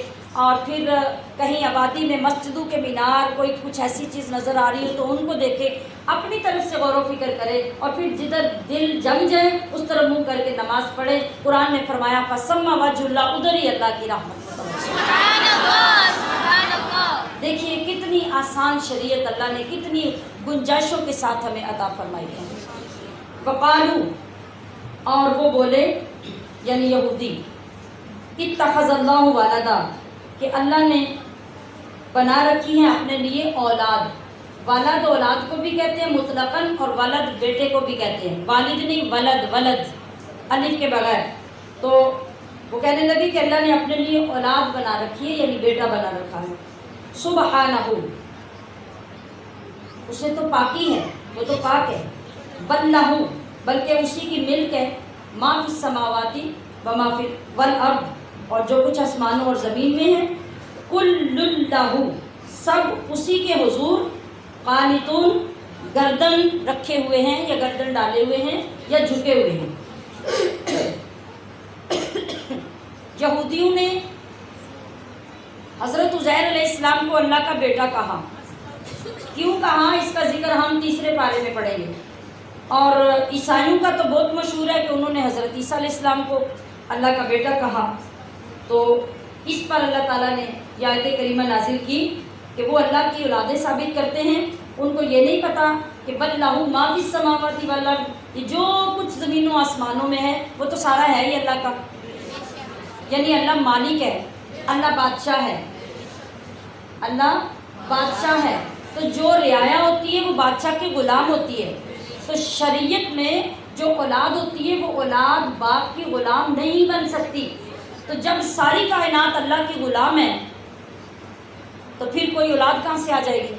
اولاد تو ہو ہی نہیں سکتی، کیونکہ اولاد اپنے باپ کی غلام نہیں بن سکتی، جبکہ ساری کائنات رب کی غلام ہے، رب کی بندگی میں ہے. تو یہ ضابطہ ہی غلط ہے کہ اللہ کی کوئی اولاد ثابت کی جائے. بدیع السماوات، بدیع کہتے ہیں کریشن کو، ایجاد کو. کوئی چیز جب نئے سرے سے ایجاد کی جاتی ہے، بنائی جاتی ہے، اس کو بنانے والے کو کہتے ہیں بدیع.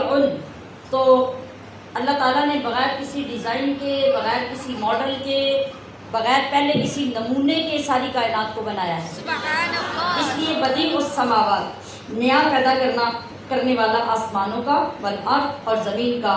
وَإِذَا، اور جب، قَضَى امرن، حکم فرمائے کسی بات کا، یقول، تو وہ فرماتا ہے، لہو، اس سے، کیا، کن. اللہ کی شان تو یہ ہے کہ جب وہ کسی کام کا ارادہ فرمائے تو وہ صرف فرماتا ہے کن فیکون. اس کے کن کہنے کی دیر ہوتی ہے، کائنات وجود میں آ جاتی ہے. سبحان اللہ. سبحان اللہ. وقال الذین لا یعلمون، اور کہا ان لوگوں نے جو علم والے نہیں تھے، یعنی کہا جاہلوں نے، لولا، کیوں نہیں، یکلمنا، کلام کرتا ہم سے، اللہ، اللہ، او تأتینا، یا پھر ملے ہمیں، آیا، کوئی نشانی.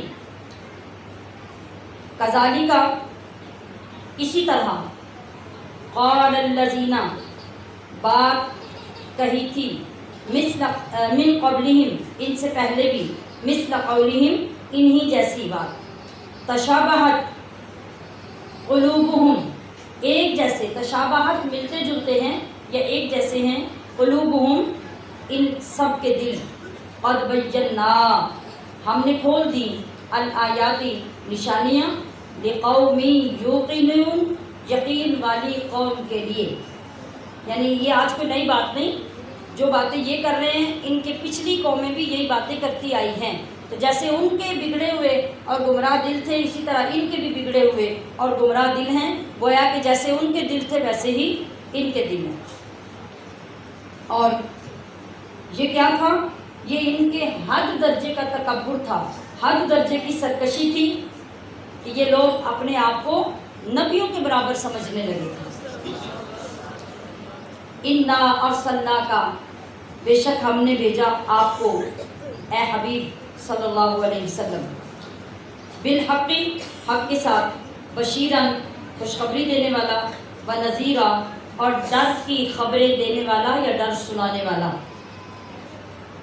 اس کا ترجمہ ڈرانے والا نہیں، ڈر سنانے والا یا ڈر کی خبریں سنانے والا، یعنی وہ ڈر کی چیزیں جو اللہ نے پیدا کر رکھی ہیں ان کے متعلق بتانے والا. ولا تسألوا، اور نہ سوال ہوگا، عن اصحاب الجحیم، دوزخ والوں کا. یعنی ولا تسألوا، اور تم سے نہ سوال ہوگا دوزخ والوں کا، کہ آپ جب اپنی تبلیغ پوری کر دیں گے، اپنی ذمہ داری پوری کر دیں گے، اس کے باوجود یہ لوگ نہیں مانیں گے تو پھر آپ سے نہیں پوچھا جائے گا، پھر یہ خود جواب دیں گے.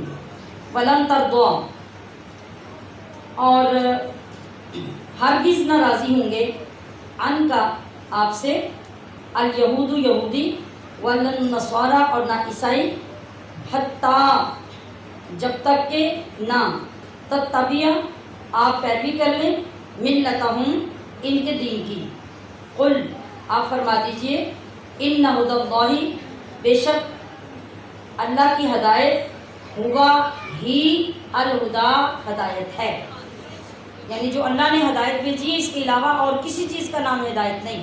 اگر کسی چیز کو ہدایت کہا جا سکتا ہے تو وہ وہی ہے جو اللہ نے بھیجی ہے۔ وَلَئِنِ اتَّبَعْتَ اور اگر تو اے سننے والے اتبعت پیروی کرے گا اہواءہم ان لوگوں کی خواہشوں کی بعد الذی اس کے بعد جاءک کہ آ چکا تمہارے پاس من العلم علم، یعنی اگر تمہارے پاس جو علم کتاب روشنی آ گئی، سننے پڑھنے سمجھنے کے بعد بھی ان جاہلوں کی باتوں میں آؤ گے تو پھر تم بھی سن لو ما لک من اللہ نہیں ہوگا تمہیں اللہ سے من ولی کوئی بچانے والا ولا نصیر اور نہ کوئی مدد کرنے والا۔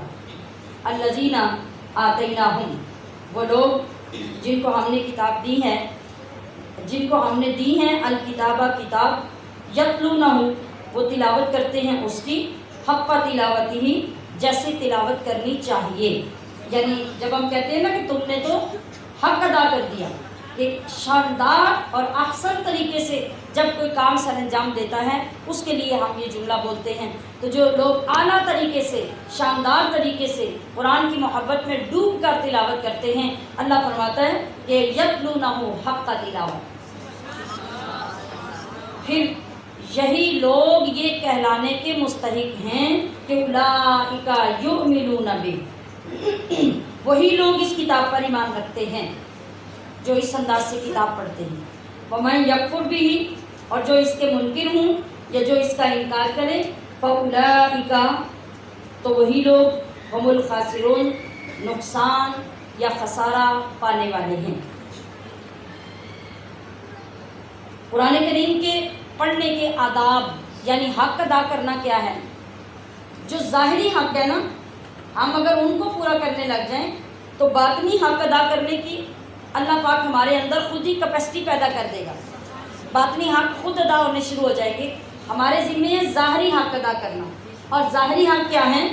ظاہری حق یہ ہے کہ سب سے پہلے اچھے طریقے سے وضو کیجئے، پھر کوشش کیجئے کہ اگر ایسی جگہ میسر ہو کہ قبلے کی طرف منہ کر کے بیٹھ سکے تو قبلے کی طرف منہ کر کے تلاوت کیجئے، اور بیٹھیں تو یوں سمجھیں کہ کائنات کی عظیم ترین چیز میرے آگے ہے اور کائنات کی حقیر ترین چیز میں ہوں،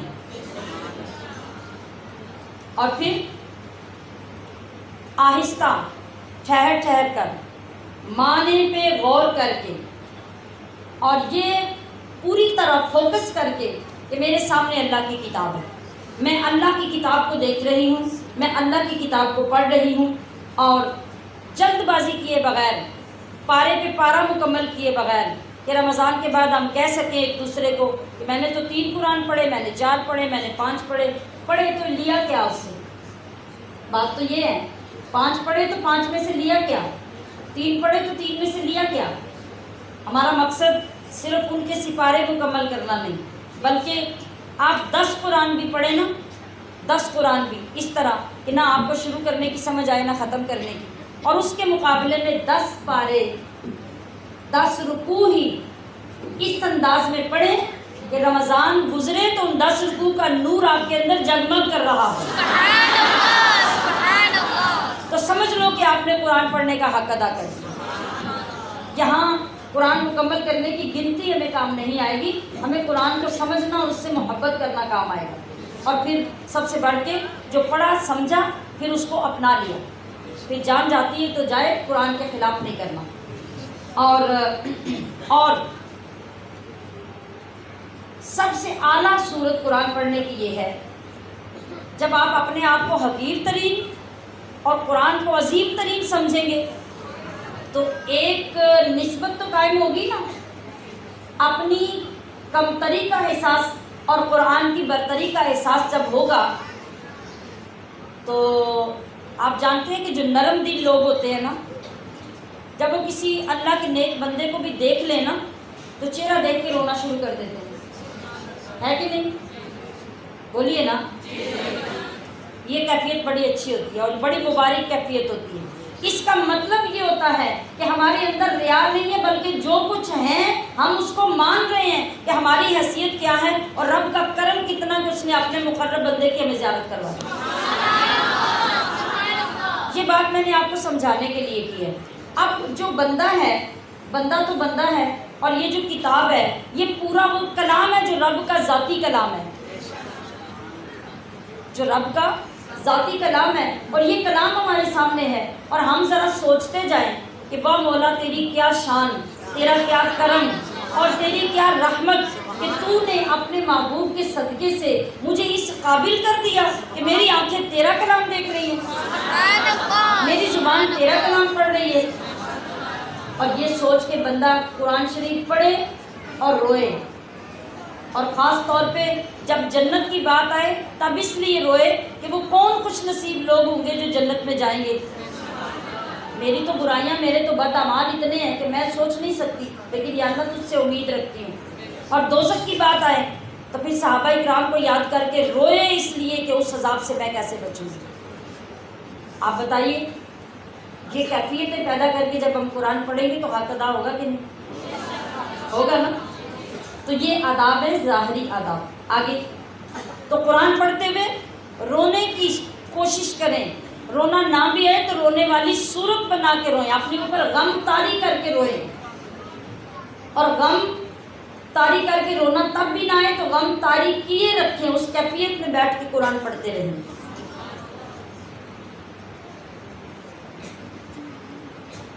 اور جتنا اچھا ہو سکے، جتنی کوشش کے ساتھ ہو سکے، آپ قرآن کو اچھے لہجے، اچھی آواز، خوش روحانی سے اور عربی لب و لہجے جس کے ساتھ ہمیں قرآن پڑھنے کا حکم دیا گیا کہ اقرأوا القرآن بلحون العرب، کہ عربی لب و لہجے میں قرآن پڑھنا ہمارے لیے لازم اور واجب ہے۔ یہ ہم جو اپنی پنجابی سوریں لگا لگا کے پڑھتے ہیں اس کی کوئی حیثیت نہیں، اور یہ حرام ہے پڑھنا، یہ پڑھنا حرام ہے، چھوٹا موٹا حکم نہیں ہے۔ قرآن تب تک ٹھیک نہیں پڑھا جائے گا جب تک ہم عربی لب و لہجہ نہیں سیکھیں گے۔ ہم گانے سیکھنے نکلے تو سیکھ لیتے ہیں، 6 مہینے لگا کے سیکھ لیتے ہیں نا۔ ہمارے دیہاتوں کی بلکہ چنگڑوں کی لڑکیاں جو بالکل ان پڑھ وہاں چنگڑ خانے سے نکلتی ہیں نا تو اداکار بن جاتی ہیں، وہاں ماڈلنگ بھی سیکھ لیتی ہیں، ڈانس بھی سیکھ لیتی ہیں، گانے گانا بھی سیکھ لیتی ہیں۔ تو کیا ہم پڑھے لکھے مسلمان قرآن نہیں سیکھ سکتے؟ بتائیے۔ بات صرف یہ کہ وہاں شیطان نے بھوت سوار کیا ہوتا ہے کہ بدکاری اور برائی میں اس حد تک جانا کہ دنیا تمہیں بیٹھ کے سنے، اور یہاں اللہ کی محبت ہمارے دل میں نہیں اتری ہوتی، اس لیے ہم کہتے ہیں کہ لو ایس عمر 84 کے انچ پڑھ سکنے ہیں۔ سارے آپ بھی بیٹھ کے سوچ رہے ہوں گے نا، تو آپ نہیں پڑھ سکتے تو اللہ نے یہ کب کہا ہے کہ اگر آپ نام بھی پڑھ سکے تو آپ کو کچھ نہیں ملے گا؟ اللہ نے فرمایا کہ جوان پڑھتا ہے نا جب، تو جوان ہوتا ہے، اس کے اندر ٹیلنٹ ہوتا ہے، اس کے اندر ہمت ہوتی ہے، زیادہ سمجھداری ہوتی ہے، تو وہ زیادہ جلدی سیکھ بھی لیتا ہے، پڑھ بھی لیتا ہے۔ لیکن بوڑھا بندہ وہ بیٹھتا ہے، ایک بڑھاپا، ایک کمزوری، زبان کمزور، زبان موٹی ہو گئی، سمجھ کمزور ہو گئی، اب وہ کوشش بھی کرتا ہے تو بڑی مشکل سے کبھی جوڑ کر کے پڑھتا ہے، کبھی 4 بار اٹک کے لفظ پڑھتا ہے، تو اللہ تبارک فرماتا ہے کہ اے میرے بوڑھے بندے، تجھے پتہ ہی نہیں کہ میں تجھے کتنے پیار سے اس انداز میں دیکھ رہا ہوں، جوانوں کو 1 ثواب دوں گا، تجھے 2 ثواب دوں گا۔ تو عزیزات محتشم، یہ ظاہری آداب میں نے بتائے ہیں، آپ ظاہری پہ عامل ہو جائیں، اللہ نے زندگی دی تو کبھی باطنی بھی سمجھیں گے انشاءاللہ۔ آپ وعدہ کر لیں، ارادہ کر لیں، کوشش کے لیے تیار ہو جائیں کہ آئندہ جب بھی قرآن پڑھنا ہے ان باتوں کے ساتھ بیٹھ کے پڑھیں۔ تو بس آپ یہ سوچنا چھوڑ دیں کہ آج پارہ مکمل نہیں ہوا، آج ربع مکمل نہیں ہوا، نہیں، 2 ہی آیتیں پڑھ لیں، 4 ہی پڑھ لیں بس، لیکن اس طرح پڑھیں کہ آپ پڑھیں تو آپ کا دل خوش ہو جائے، آپ کی روح خوش ہو جائے۔ یا بنی اسرائیل، یہ کون ہے؟ واقفیت ہو گئی ہے نا آپ کو ان سے؟ اب یہ کون ہے؟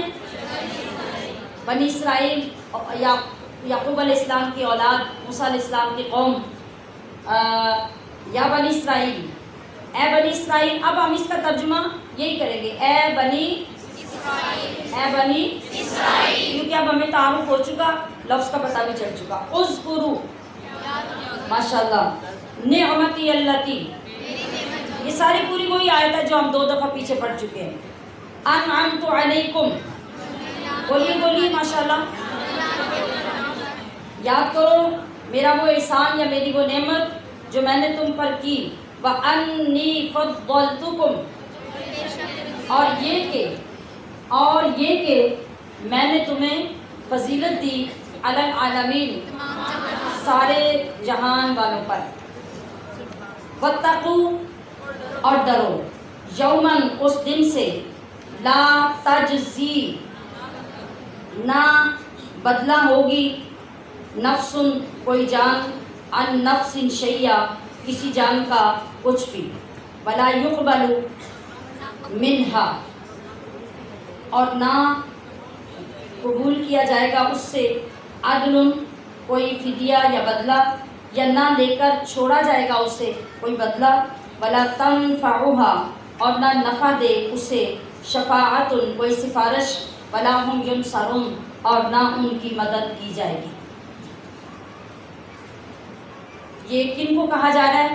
یہ بنی اسرائیل کو کہا جا رہا ہے، ان یہودیوں کو جو یہ کہتے تھے کہ ہمارے جو بزرگ تھے نا وہ ہمیں قیامت میں چھڑا لیں گے. وہ بڑا فخر کرتے تھے اپنے اوپر اور یہ کہتے تھے کہ ہم نبیوں کی اولادیں ہیں تو ہمارے بزرگ ہمیں قیامت میں کوئی عذاب نہیں ہونے دیں گے اور ہمیں وہ چھڑا لیں گے. تو اللہ تعالیٰ نے ان کا رد فرمایا اس آیت میں کہ اس بھول سے نکل جاؤ کہ کوئی قیامت میں تمہیں چھڑا لے گا یا تمہاری کوئی سفارش کرے گا یا تمہارا کوئی فدیہ دے گا اور ہم وہ بدلہ قبول کر کے تمہیں چھوڑ دیں گے. قطعاً ایسا نہیں ہوگا اور نہ کسی قسم کی تمہاری وہاں مدد ہوگی. وَإِذِ ابْتَلَىٰ إِبْرَاهِيمَ، وَإِذِ، اور جب آزمایا، ابراہیم کو، ربہ، اس کے رب نے، بِکَلِمَاتٍ، کچھ یا چند باتوں سے، فَأَتَمَّهُنَّ، تو اس نے وہ پوری کر دی یا پوری کر دکھائیں. قال، فرمایا اللہ نے، انی جاعلک، میں بنانے والا ہوں تجھے، للناسی، لوگوں کا، امامہ، پیشوا. قال، عرض کی ابراہیم نے، ومن ذریتی، اور میری اولاد سے، یعنی پوچھا صرف مجھے اے اللہ تو امام بنائے گا یا میری اولاد کو بھی شرف دے گا. قال، اللہ نے فرمایا، لا ینال، نہیں پہنچتا، عہدی، میرا عہد، الظالمین، ظالموں کو. یعنی جو تمہاری اولاد میں سے نیکوکار اور تیری راہ پہ رہے گا اس کو تو ہم اس راہ پہ قائم رکھیں گے، اور جو ظالم ہو گیا، نافرمان ہو گیا، اس کے لیے ایسا کوئی عہد نہیں ہوتا. یہ جو حضرت ابراہیم کو اللہ تعالیٰ نے خلیل کا لقب عطا کیا نا، خلیل اللہ، گہرا دوست، تو یہ کیسے ملا؟ اللہ نے فرمایا کہ بہت بڑی بڑی باتوں میں ابراہیم کو پہلے آزمایا گیا اور ابراہیم ہر آزمائش میں پورے اترتے گئے. یہ ابراہیم ہی تھے نا جن کو اسماعیل کی قربانی سے آزمایا گیا، یہ ابراہیم ہی تھے نا جن کو نمرود کے چیخے میں ڈال کے آزمایا گیا، لیکن وہ ہر جگہ پہ ثابت قدم رہے. تو اللہ نے کہا کہ اے نبی، اے ابراہیم، اب تو میرا خلیل بن گیا ہے. وَإِذْ جَعَلْنَا، اور یاد کرو جب ہم نے بنایا، البیت، اس گھر کو، مثابتاً، جمع ہونے کی جگہ، للناسی، لوگوں کے لیے، وامنا، اور امن، یعنی امن کی جگہ اور جمع ہونے کی جگہ، واتخذوا، اور بنا لو، من مقام ابراہیم، کھڑے ہونے کی جگہ کو ابراہیم کی، مصلی یعنی نماز کی جگہ. یہ کون سی جگہ ہے؟ جو کعبے کے پاس آج بھی مقام ابراہیم کے نام سے ایک گنبد کھڑا ہے. وعہدنا، اور ہم نے تاکید فرمائی یا تاکیدی عہد لیا، الی ابراہیم، ابراہیم و اسماعیل اور اسماعیل سے ان طہرا، اس لفظ کو ان طہرا نہیں پڑھنا، ان طہرا الف کے ساتھ، کہ خوب ستھرا کرو، بیتیا میرا گھر، للطائفین طواف کرنے والوں، والعاکفین اور اعتکاف کرنے والوں، والرکع اور رکوع کرنے والوں، السجود اور سجدہ کرنے والوں کے لیے۔ یہ اللہ تبارک و تعالیٰ فرما رہا ہے کہ ہم نے یہ وعدہ ابراہیم اور اسماعیل سے لیا۔ اب آپ دیکھیے کہ یہ پتھر جس کی نسبت ابراہیم علیہ السلام سے ہو گئی، اللہ رب العزت نے اس کو کیا شان عطا فرمائی، فرمایا کہ یہ جس پتھر پہ میرا نبی کھڑا ہو کر میرا گھر بناتا رہا اور میرے نبی کے قدموں کی نسبت اس پتھر کے ساتھ ہو گئی، اب اس پتھر کو نماز کی جگہ بنا لو، یعنی اس کے قریب جا کے جب میری بندگی کرو گے تو اس کی نسبت کی وجہ سے تمہاری نمازیں قبول کروں گا۔ سبحان اللہ، سبحان اللہ۔ اور ایک لطیف خوبصورت حقیقت پر مبنی بات جو یہ ہے کہ خانہ کعبہ کے اندر 360 بت تھے نا، نبی علیہ الصلوۃ والسلام نے کعبے کو پاک کروایا، اور پھر کعبے کے صحن میں، حرم کعبہ میں کئی بت اور کئی اور چیزیں تھیں جس کی وجہ سے آنے والے ہر زمانے میں جو مطاف چھوٹا ہو رہا تھا اور اس کو بڑا کیا جا رہا تھا تو چیزیں ہٹائی جا رہی تھیں، حتیٰ کہ صحابہ کرام کے گھر بھی وہاں سے ہٹا دیے گئے اور بہت ساری نشانیاں وہاں سے ہٹا دی گئی، اور اس کے علاوہ صفا مروہ پہ جو بت رکھے ہوئے تھے ان کو ہٹا دیا گیا، لیکن ایک پتھر، بت بھی پتھر کے تھے اور چیزیں بھی پتھر اور مٹی کی بنی ہوئی تھی، سب چیزیں ہٹا دی گئی۔ آج وسیع سے وسیع ترین کعبے کا مطاف ہو گیا اور میلوں تک جو حرم کعبہ ہے وہ پھیل گیا، لیکن مقام ابراہیم وہاں کا وہاں ہے۔ سبحان اللہ، سبحان اللہ۔ کیا وجہ ہے؟ کہ اس پتھر پر اللہ کے خلیل کے قدم لگے ہوئے ہیں۔ پھر کہا کہ وَإِذْ قَالَ ابراہیم، اور جب عرض کی ابراہیم نے، ربی اے میرے رب، اجعل ھذا بلدا، تو بنا دے یا کر دے اس شہر کو آمینہ، امن والا، وارزقہنہ، اور عطا کر یا دے رزق اس کے رہنے والوں کو، من الثمرات پھلوں سے، من آمن منہم جو ان میں سے ایمان لائے، باللہ اللہ پر، والیوم الآخر اور آخرت کے دن پر۔ قال اللہ نے فرمایا، ومن کفر اور جو کافر ہوا، فأمتعہ قلیلا تو اس کو تھوڑا برتنے کو دوں گا، یعنی دوں گا اسے بھی لیکن تھوڑا دوں گا، ثم اضطرہ پھر اس کو مجبور کروں گا، الی عذاب النار دوزخ کی آگ کی طرف، وبئس المصیر اور کیا ہی بری جگہ ہے پلٹنے کی۔ یہ اس وقت جب نیک کام کیا، علماء کرام فرماتے ہیں کہ جب آپ کوئی نیکی کرے نا تو نیکی کے بعد کا جو لمحہ ہوتا ہے وہ دعا کی قبولیت کا لمحہ ہوتا ہے، اسی لیے ہم نماز کے بعد دعا کرتے ہیں، اذان سننے کے بعد دعا کرتے ہیں، اور کوئی بھی صدقہ کریں، خیرات کریں، کوئی نیکی کا کام کریں، کسی کی مدد کریں، آپ اس کے فوراً بعد اللہ سے دعا کریں، آپ کی دعا ضرور قبول ہوگی۔ حضرت ابراہیم نے کعبہ بنایا، بہت نیک کام کیا، فوراً پیچھے دعا کی، اور دعا کس کے لیے کی؟ آنے والی نسلوں کے لیے۔ کیا کہا کہ مولا ان کو وہاں تو کوئی تھا ہی نہیں، آپ کی توجہ روحوں کی طرف تھی کہ جو نسلیں یہاں آباد ہوں گی ان کو پھلوں سے روزی دینا۔ جتنے لوگ عمرہ اور حج کے لیے جاتے ہیں کیسے کیسے پھل دیکھتے ہیں مکہ میں اور پھر مدینہ میں بھی، اللہ پاک کہاں کہاں سے سال کے چاروں موسموں میں وہ پھل وہاں پہنچاتا ہے، اور کبھی مارکیٹ سے پھل غائب نہیں ہوتے۔ جس طرح آپ دیکھیے اب ہماری مارکیٹ میں سردیوں کے پھل ہیں، ایک بیچارہ مالٹا رہ گیا، وہ بھی انجیکشن لگا کے تو اس کو ریڈیو پہ رکھا ہوا ہے، اور اب جب مزید آگے گرمی آ جائے گی تو اس کا نام و نشان بھی ختم ہو جائے گا، اور ساری سردیوں میں پورا ملک آپ کہیں چھان ماریں آپ کو آم کا ایک دانہ بھی نظر نہیں آتا، اور مکہ میں جس موسم میں مرضی چلے جاؤ، حضرت ابراہیم علیہ السلام کی دعا اس شان سے قبول ہوئی ہے کہ آپ ہر موسم میں جا کے ہر پھل وہاں کھا سکتے ہیں۔ وَإِذْ يَرْفَعُ، اور جب اٹھاتا تھا ابراہیم القواعد، بنیادیں، من البیت، اس گھر کی، واسماعیل، اور اسماعیل، دونوں مل کے بنا رہے تھے نا، تو دونوں کا ذکر ہوا۔ اس وقت انہوں نے کیا کہا؟ ربنا تقبل منا، اے ہمارے رب ہم سے قبول فرما، انکا انت، بے شک تو ہی، السمیع العلیم، سنتا جانتا ہے۔ انکا، اس کے اندر جو کاف آتا ہے نا، اس کا مطلب تو ہوتا ہے، یا آپ یا تو، اور انتا کا معنی بھی تو ہوتا ہے۔ جب دو مرتبہ یہ ضمیر آ جاتی ہے نا، یعنی کا معنی بھی تو اور انتا کا بھی، تو پھر اس کے اندر تاکید آ جاتی ہے، اس کا مطلب ہوتا ہے تو ہی۔ کیا ہوتا ہے؟ جی، ربنا وجعلنا، اے ہمارے رب اور کر دے ہمیں، مسلمین لکا،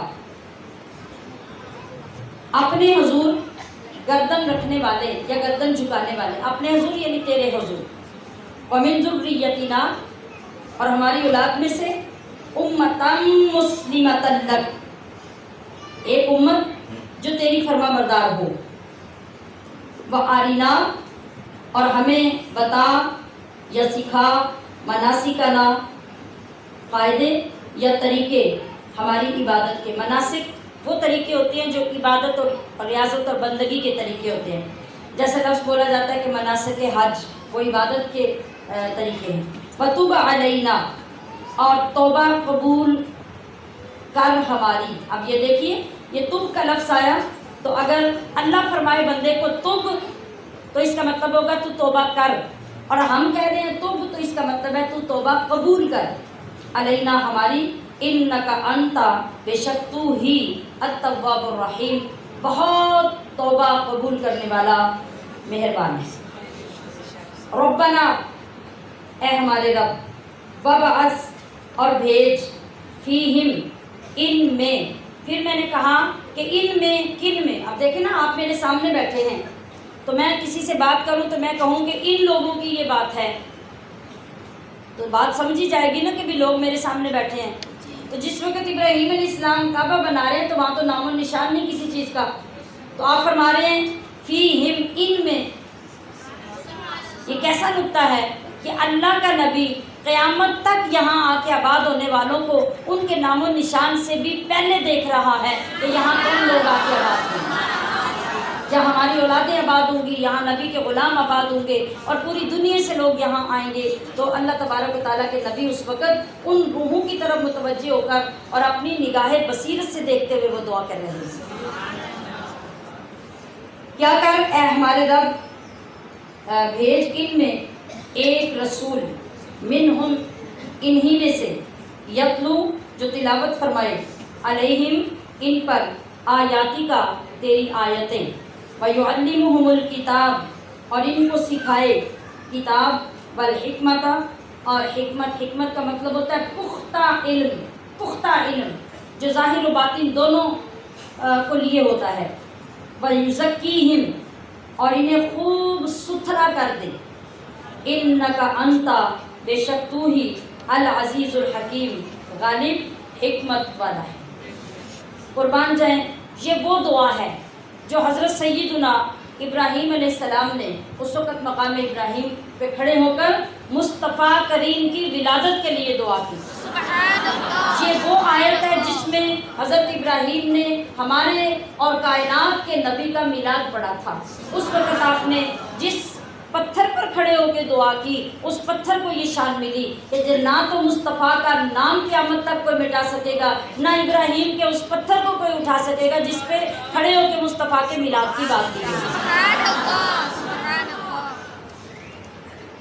وَمَن يَرْغَبُ عَن مِّلَّةِ إِبْرَاهِيمَ، وَمَن، اور کون، یرغبو، منہ پھیرے، عن مِّلَّةِ، دین سے، ابراہیم کے، یعنی ابراہیم کے دین سے کون منہ پھیرے، اللہ، سوائے، من، اس کے، صفیہ نفسا، جس کا دل ہی بے وقوف ہے، جس کا دل ہی احمق ہے، یعنی کوئی دل کی بیماری والا ہی ابراہیم علیہ السلام کے دین سے منہ پھیرے گا جس کے اندر تھوڑی سی بھی عقل ہے وہ تو اس دین کا انکار نہیں کر سکتا۔ وَلَقَدْ اور بے شک اصطفیناہ ضرور ہم نے چن لیا اس کو، چن لیا، چننا کیا ہوتا ہے؟ سلیکٹ کر لینا، پسند کر لینا، منتخب کر لینا۔ کہا کہ بے شک ہم نے اسے چن لیا فی الدنیا، دنیا میں، وَإِنَّهُ فِي الْآخِرَةِ اور بے شک وہ آخرت میں، لَمِنَ الصَّالِحِينَ ضرور ہمارے قرب والے یا نیک بندوں میں ہوگا۔ اِذْ قَالَ لَهُ جبکہ فرمایا اس سے، ربہ اس کے رب نے، اسلم اطاعت کر یا گردن رکھ۔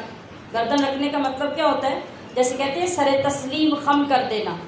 سر تسلیم خم کرنے کا کیا مطلب ہوتا ہے؟ اپنے آپ کو محبوب کے سپرد کر دینا۔ تو اسلم خود سپردگی کر یا اطاعت کی گردن رکھ۔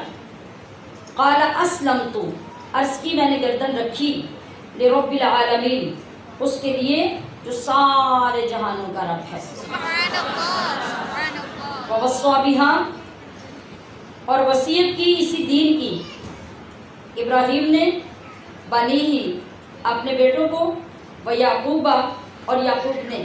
یعقوب کون ہے؟ یعقوب علیہ السلام حضرت ابراہیم کے پوتے ہیں۔ تھوڑا تھوڑا نالج بھی ہوتا جانا چاہیے نا۔ ابراہیم علیہ السلام کے دو بیٹے، ایک حضرت اسحاق علیہ السلام، ایک حضرت اسماعیل علیہ السلام۔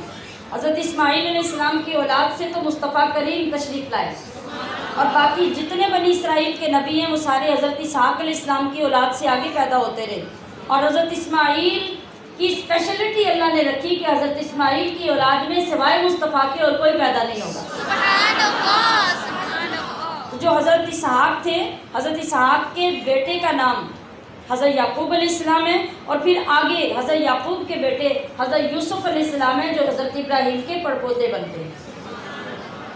یاد رہے گا؟ جی انشاءاللہ۔ یا بنیا انہوں نے جو وصیت کی تو کیا کہا؟ اے میرے بیٹو، ان اللہ اصطفیٰ لکم بے شک اللہ نے تمہیں چن لیا، یا بے شک اللہ نے چن لیا تمہارے لیے، الدین دین، یہ دین، فلا تموتن تو تم نہ مرنا، الا مگر وانتم مسلمون مسلمان ہو کر۔ ام کنتم یعنی یہ اللہ تبارک و تعالیٰ سنا رہا ہے ان یہودیوں کو۔ یہ یہودی کہتے تھے نا کہ ہم نبیوں کے پیروکار ہیں تو ہم بڑے معزز ہیں، اور ہم جس راستے پہ چل رہے ہیں یہی راستہ ٹھیک ہے، اور قیامت میں ہمارے بڑے ہمیں بچا لیں گے۔ تو اللہ نے ان کو لاجواب کرنے کے لیے یہ آیت نازل فرمائی کہ ابراہیم نے خود اور یعقوب نے آگے اپنے اولادوں سے، ان سب نے تو دین اسلام کی تلقین کی ہے کہ وہ دین اسلام پہ قائم رہیں، اور جو دین وہ نبی لے کے آئے ان کی اولادیں ان پہ قائم رہیں۔ تو تم تو وہ راستہ چھوڑ چکے ہو، تم تو ان کی اطاعت میں ہو ہی نہیں، تو پھر تم کس طریقے سے یہ دعویٰ کر سکتے ہو کہ ہم نبیوں کے دین اور نبیوں کے راستے پہ ہیں؟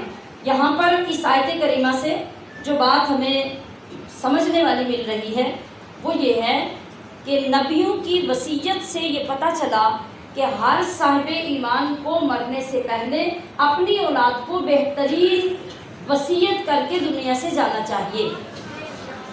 والدین کو چاہیے کہ وہ اپنی موت سے پہلے اپنی اولادوں کو جمع کریں، اور جس صحیح دین پر وہ چل رہے ہیں اس دین پہ قائم رہنے کی وصیت کرے۔ دیکھیے کہ یہ اللہ کے نبی اپنی اولادوں کو وصیتیں کر کے جا رہے ہیں، جبکہ ہمارے ہاں وصیت کرنے کا رواج تو بڑی دور کی بات ہے۔ جب کوئی بندہ نظر بھی آ رہا ہو نا کہ اب یہ چند سانسوں کا مہمان رہ گیا ہے، اور وہ بندہ کوئی بات کرے کہ میں مر جاؤں تو یہ کرنا، تو کیا ہوتا ہے؟ پاس والے کھڑے ہو کے منہ پہ ہاتھ رکھ دیتے، نا نا نا خیری صلی اللہ تو انوسیب دے تسی ٹھیک ہو جاؤ۔ یعنی تو اللہ ٹھیکہ ختم نہیں ہو سکتا دنیا تو مرنے کی بات ہی نہیں کریں آپ۔ اب یہ دیکھیں نا، یہ سب چیزیں ہماری جہالت کی پیداوار ہیں۔ اللہ کا قرآن، اللہ کے نبی، اللہ کی حدیث ہمیں یہ سب بتاتے ہیں، اور خود صحابہ کرام کا فرمان ہے کہ جب وصیت کا حکم آیا تو ہماری حالت یہ تھی کہ ہم وصیتیں لکھ کے رات سونے سے پہلے اپنے سرہانوں کے نیچے رکھ کے سوتے تھے۔ وہ لوگ اتنے موت کے لیے تیار ہوتے تھے، اور آج ہم لاغر سے لاغر بندے کو بھی یہ بات نہیں کہنے دیتے کہ نہ آپ تو مرنے کی بات ہی نہ کریں، پیچھے لڑنا مرنا تو ہے ہی ہے، ہم نے وہ سارا کچھ کر لیں گے۔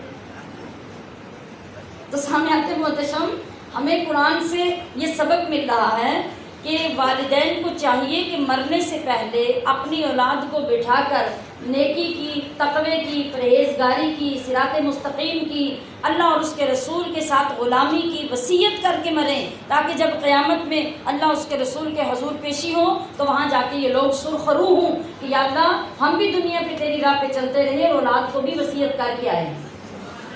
یہ ذمہ داری ہے۔ تو مفتی احمد یار خان نعیمی رحمۃ اللہ علیہ فرماتے ہیں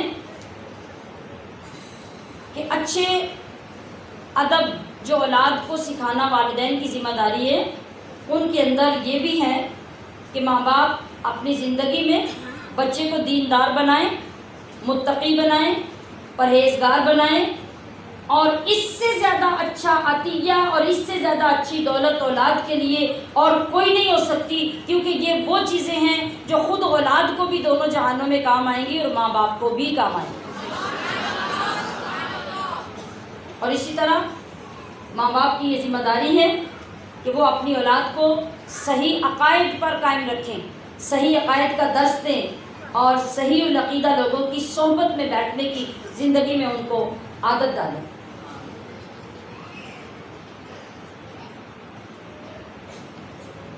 ام کنتم شہداء، اب اللہ ان سے سوال کروا رہا ہے یہودیوں سے کہ ذرا یہ بتاؤ کہ تم یہ کہتے ہو کہ ہم نبیوں کی اولادوں پہ ہیں، تو تم کیا اس وقت حاضر تھے اس حضر، جب آئی تھی یعقوب کو الموت، موت، یعنی تم تو آج اس وقت مدینہ میں موجود ہو نا، تو صدیوں پہلے جب تمہارے باپ یعقوب کو موت آئی تھی تو انہوں نے کیا کہا تھا، اپنی اولاد کو کس راستے پہ چلنے کا حکم دیا تھا، تم اس وقت موجود تھے جو آج تم یہ دعوے کر رہے ہو۔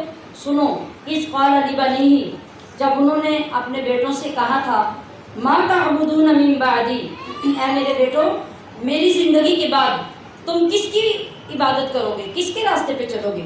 قالو، تو وہ بولے نعبد الہک، اے باپ ہم عبادت کریں گے آپ کے معبود و الہ آبائی کا، اور اس معبود کی جو آپ کے باپ دادا یعنی ابراہیم اور اسماعیل اور اسحاق کا الہً واحدہ، ایک ہی معبود تھا، اور وہ معبود کون ہے؟ اللہ پاک۔ انہوں نے جو ان کی اولاد اور ان کے بیٹے اس وقت تھے، انہوں نے تو یہ جواب دیا تھا وَنَحْنُ لَهُ مُسْلِمُونَ، اور انہوں نے کہا کہ ہم سب اللہ کے فرما بردار ہیں اور اس کے حضور گردن رکھے ہوئے ہیں۔ تِلْكَ أُمَّةٌ قَدْ خَلَتْ، یہ ایک امت ہے کہ گزر چکی، لہا ان کے لیے، ما کسبت جو انہوں نے کمایا، وَلَكُمْ، اور اے مدینہ کے یہودیوں اب تم ان کو کیش نہیں کروا سکتے، بلکہ وَلَكُمْ، اور تمہارے لیے، ما وہی ہوگا، کسبتم جو تم کماؤ۔ تو کیا پتہ چلا کہ اگر ہمارے بزرگ نیک، متقی، اللہ کے ولی، عالم، فاضل، مفتی ہوں اور ہم پرلے درجے کے جاہل اور نافرمان ہوں، تو ہمارے بڑوں کی بزرگی ہمیں اس صورت میں کبھی نہیں بچا سکے گی۔ ہاں، اگر آپ نے ان کی لاج رکھی، ان کے راستے کو اپنایا اور ان کے طریقے پہ چلے، ان کی عزتوں کا اور دین کی عزت کا خیال رکھا، تو پھر تمہیں اچھی نسبتیں اس طرح فائدہ دے گی کہ قرآن فرماتا ہے وَكَانَ أَبُوهُمَا صَالِحًا، کہ جن نیک ماں باپ کی اولادیں نیک ہوتی ہیں تو اللہ تعالیٰ ان بزرگوں کی نسبت کی وجہ سے بھی انہیں بلند مقام عطا کرتا ہے۔ وَقَالُوا، اور کتابی بولے، کونو ہودن، یہودی ہو جاؤ، او نصارا، یا نصرانی ہو جاؤ، تہتدو، تو ہدایت پاؤ گے۔ یہ آیت کریمہ جو ہے مدینہ کے یہودی سردار اور نجران کے جو عیسائی تھے ان کے درمیان جو گفتگو ہوئی، تو ان کے جواب میں یہ آیت کریمہ نازل ہوئی۔ قل، آپ فرما دیجئے، بل ملت، بلکہ دین ابراہیم کا حنیفہ، ہر باطل سے جدا ہے، یعنی پاک صاف ہے،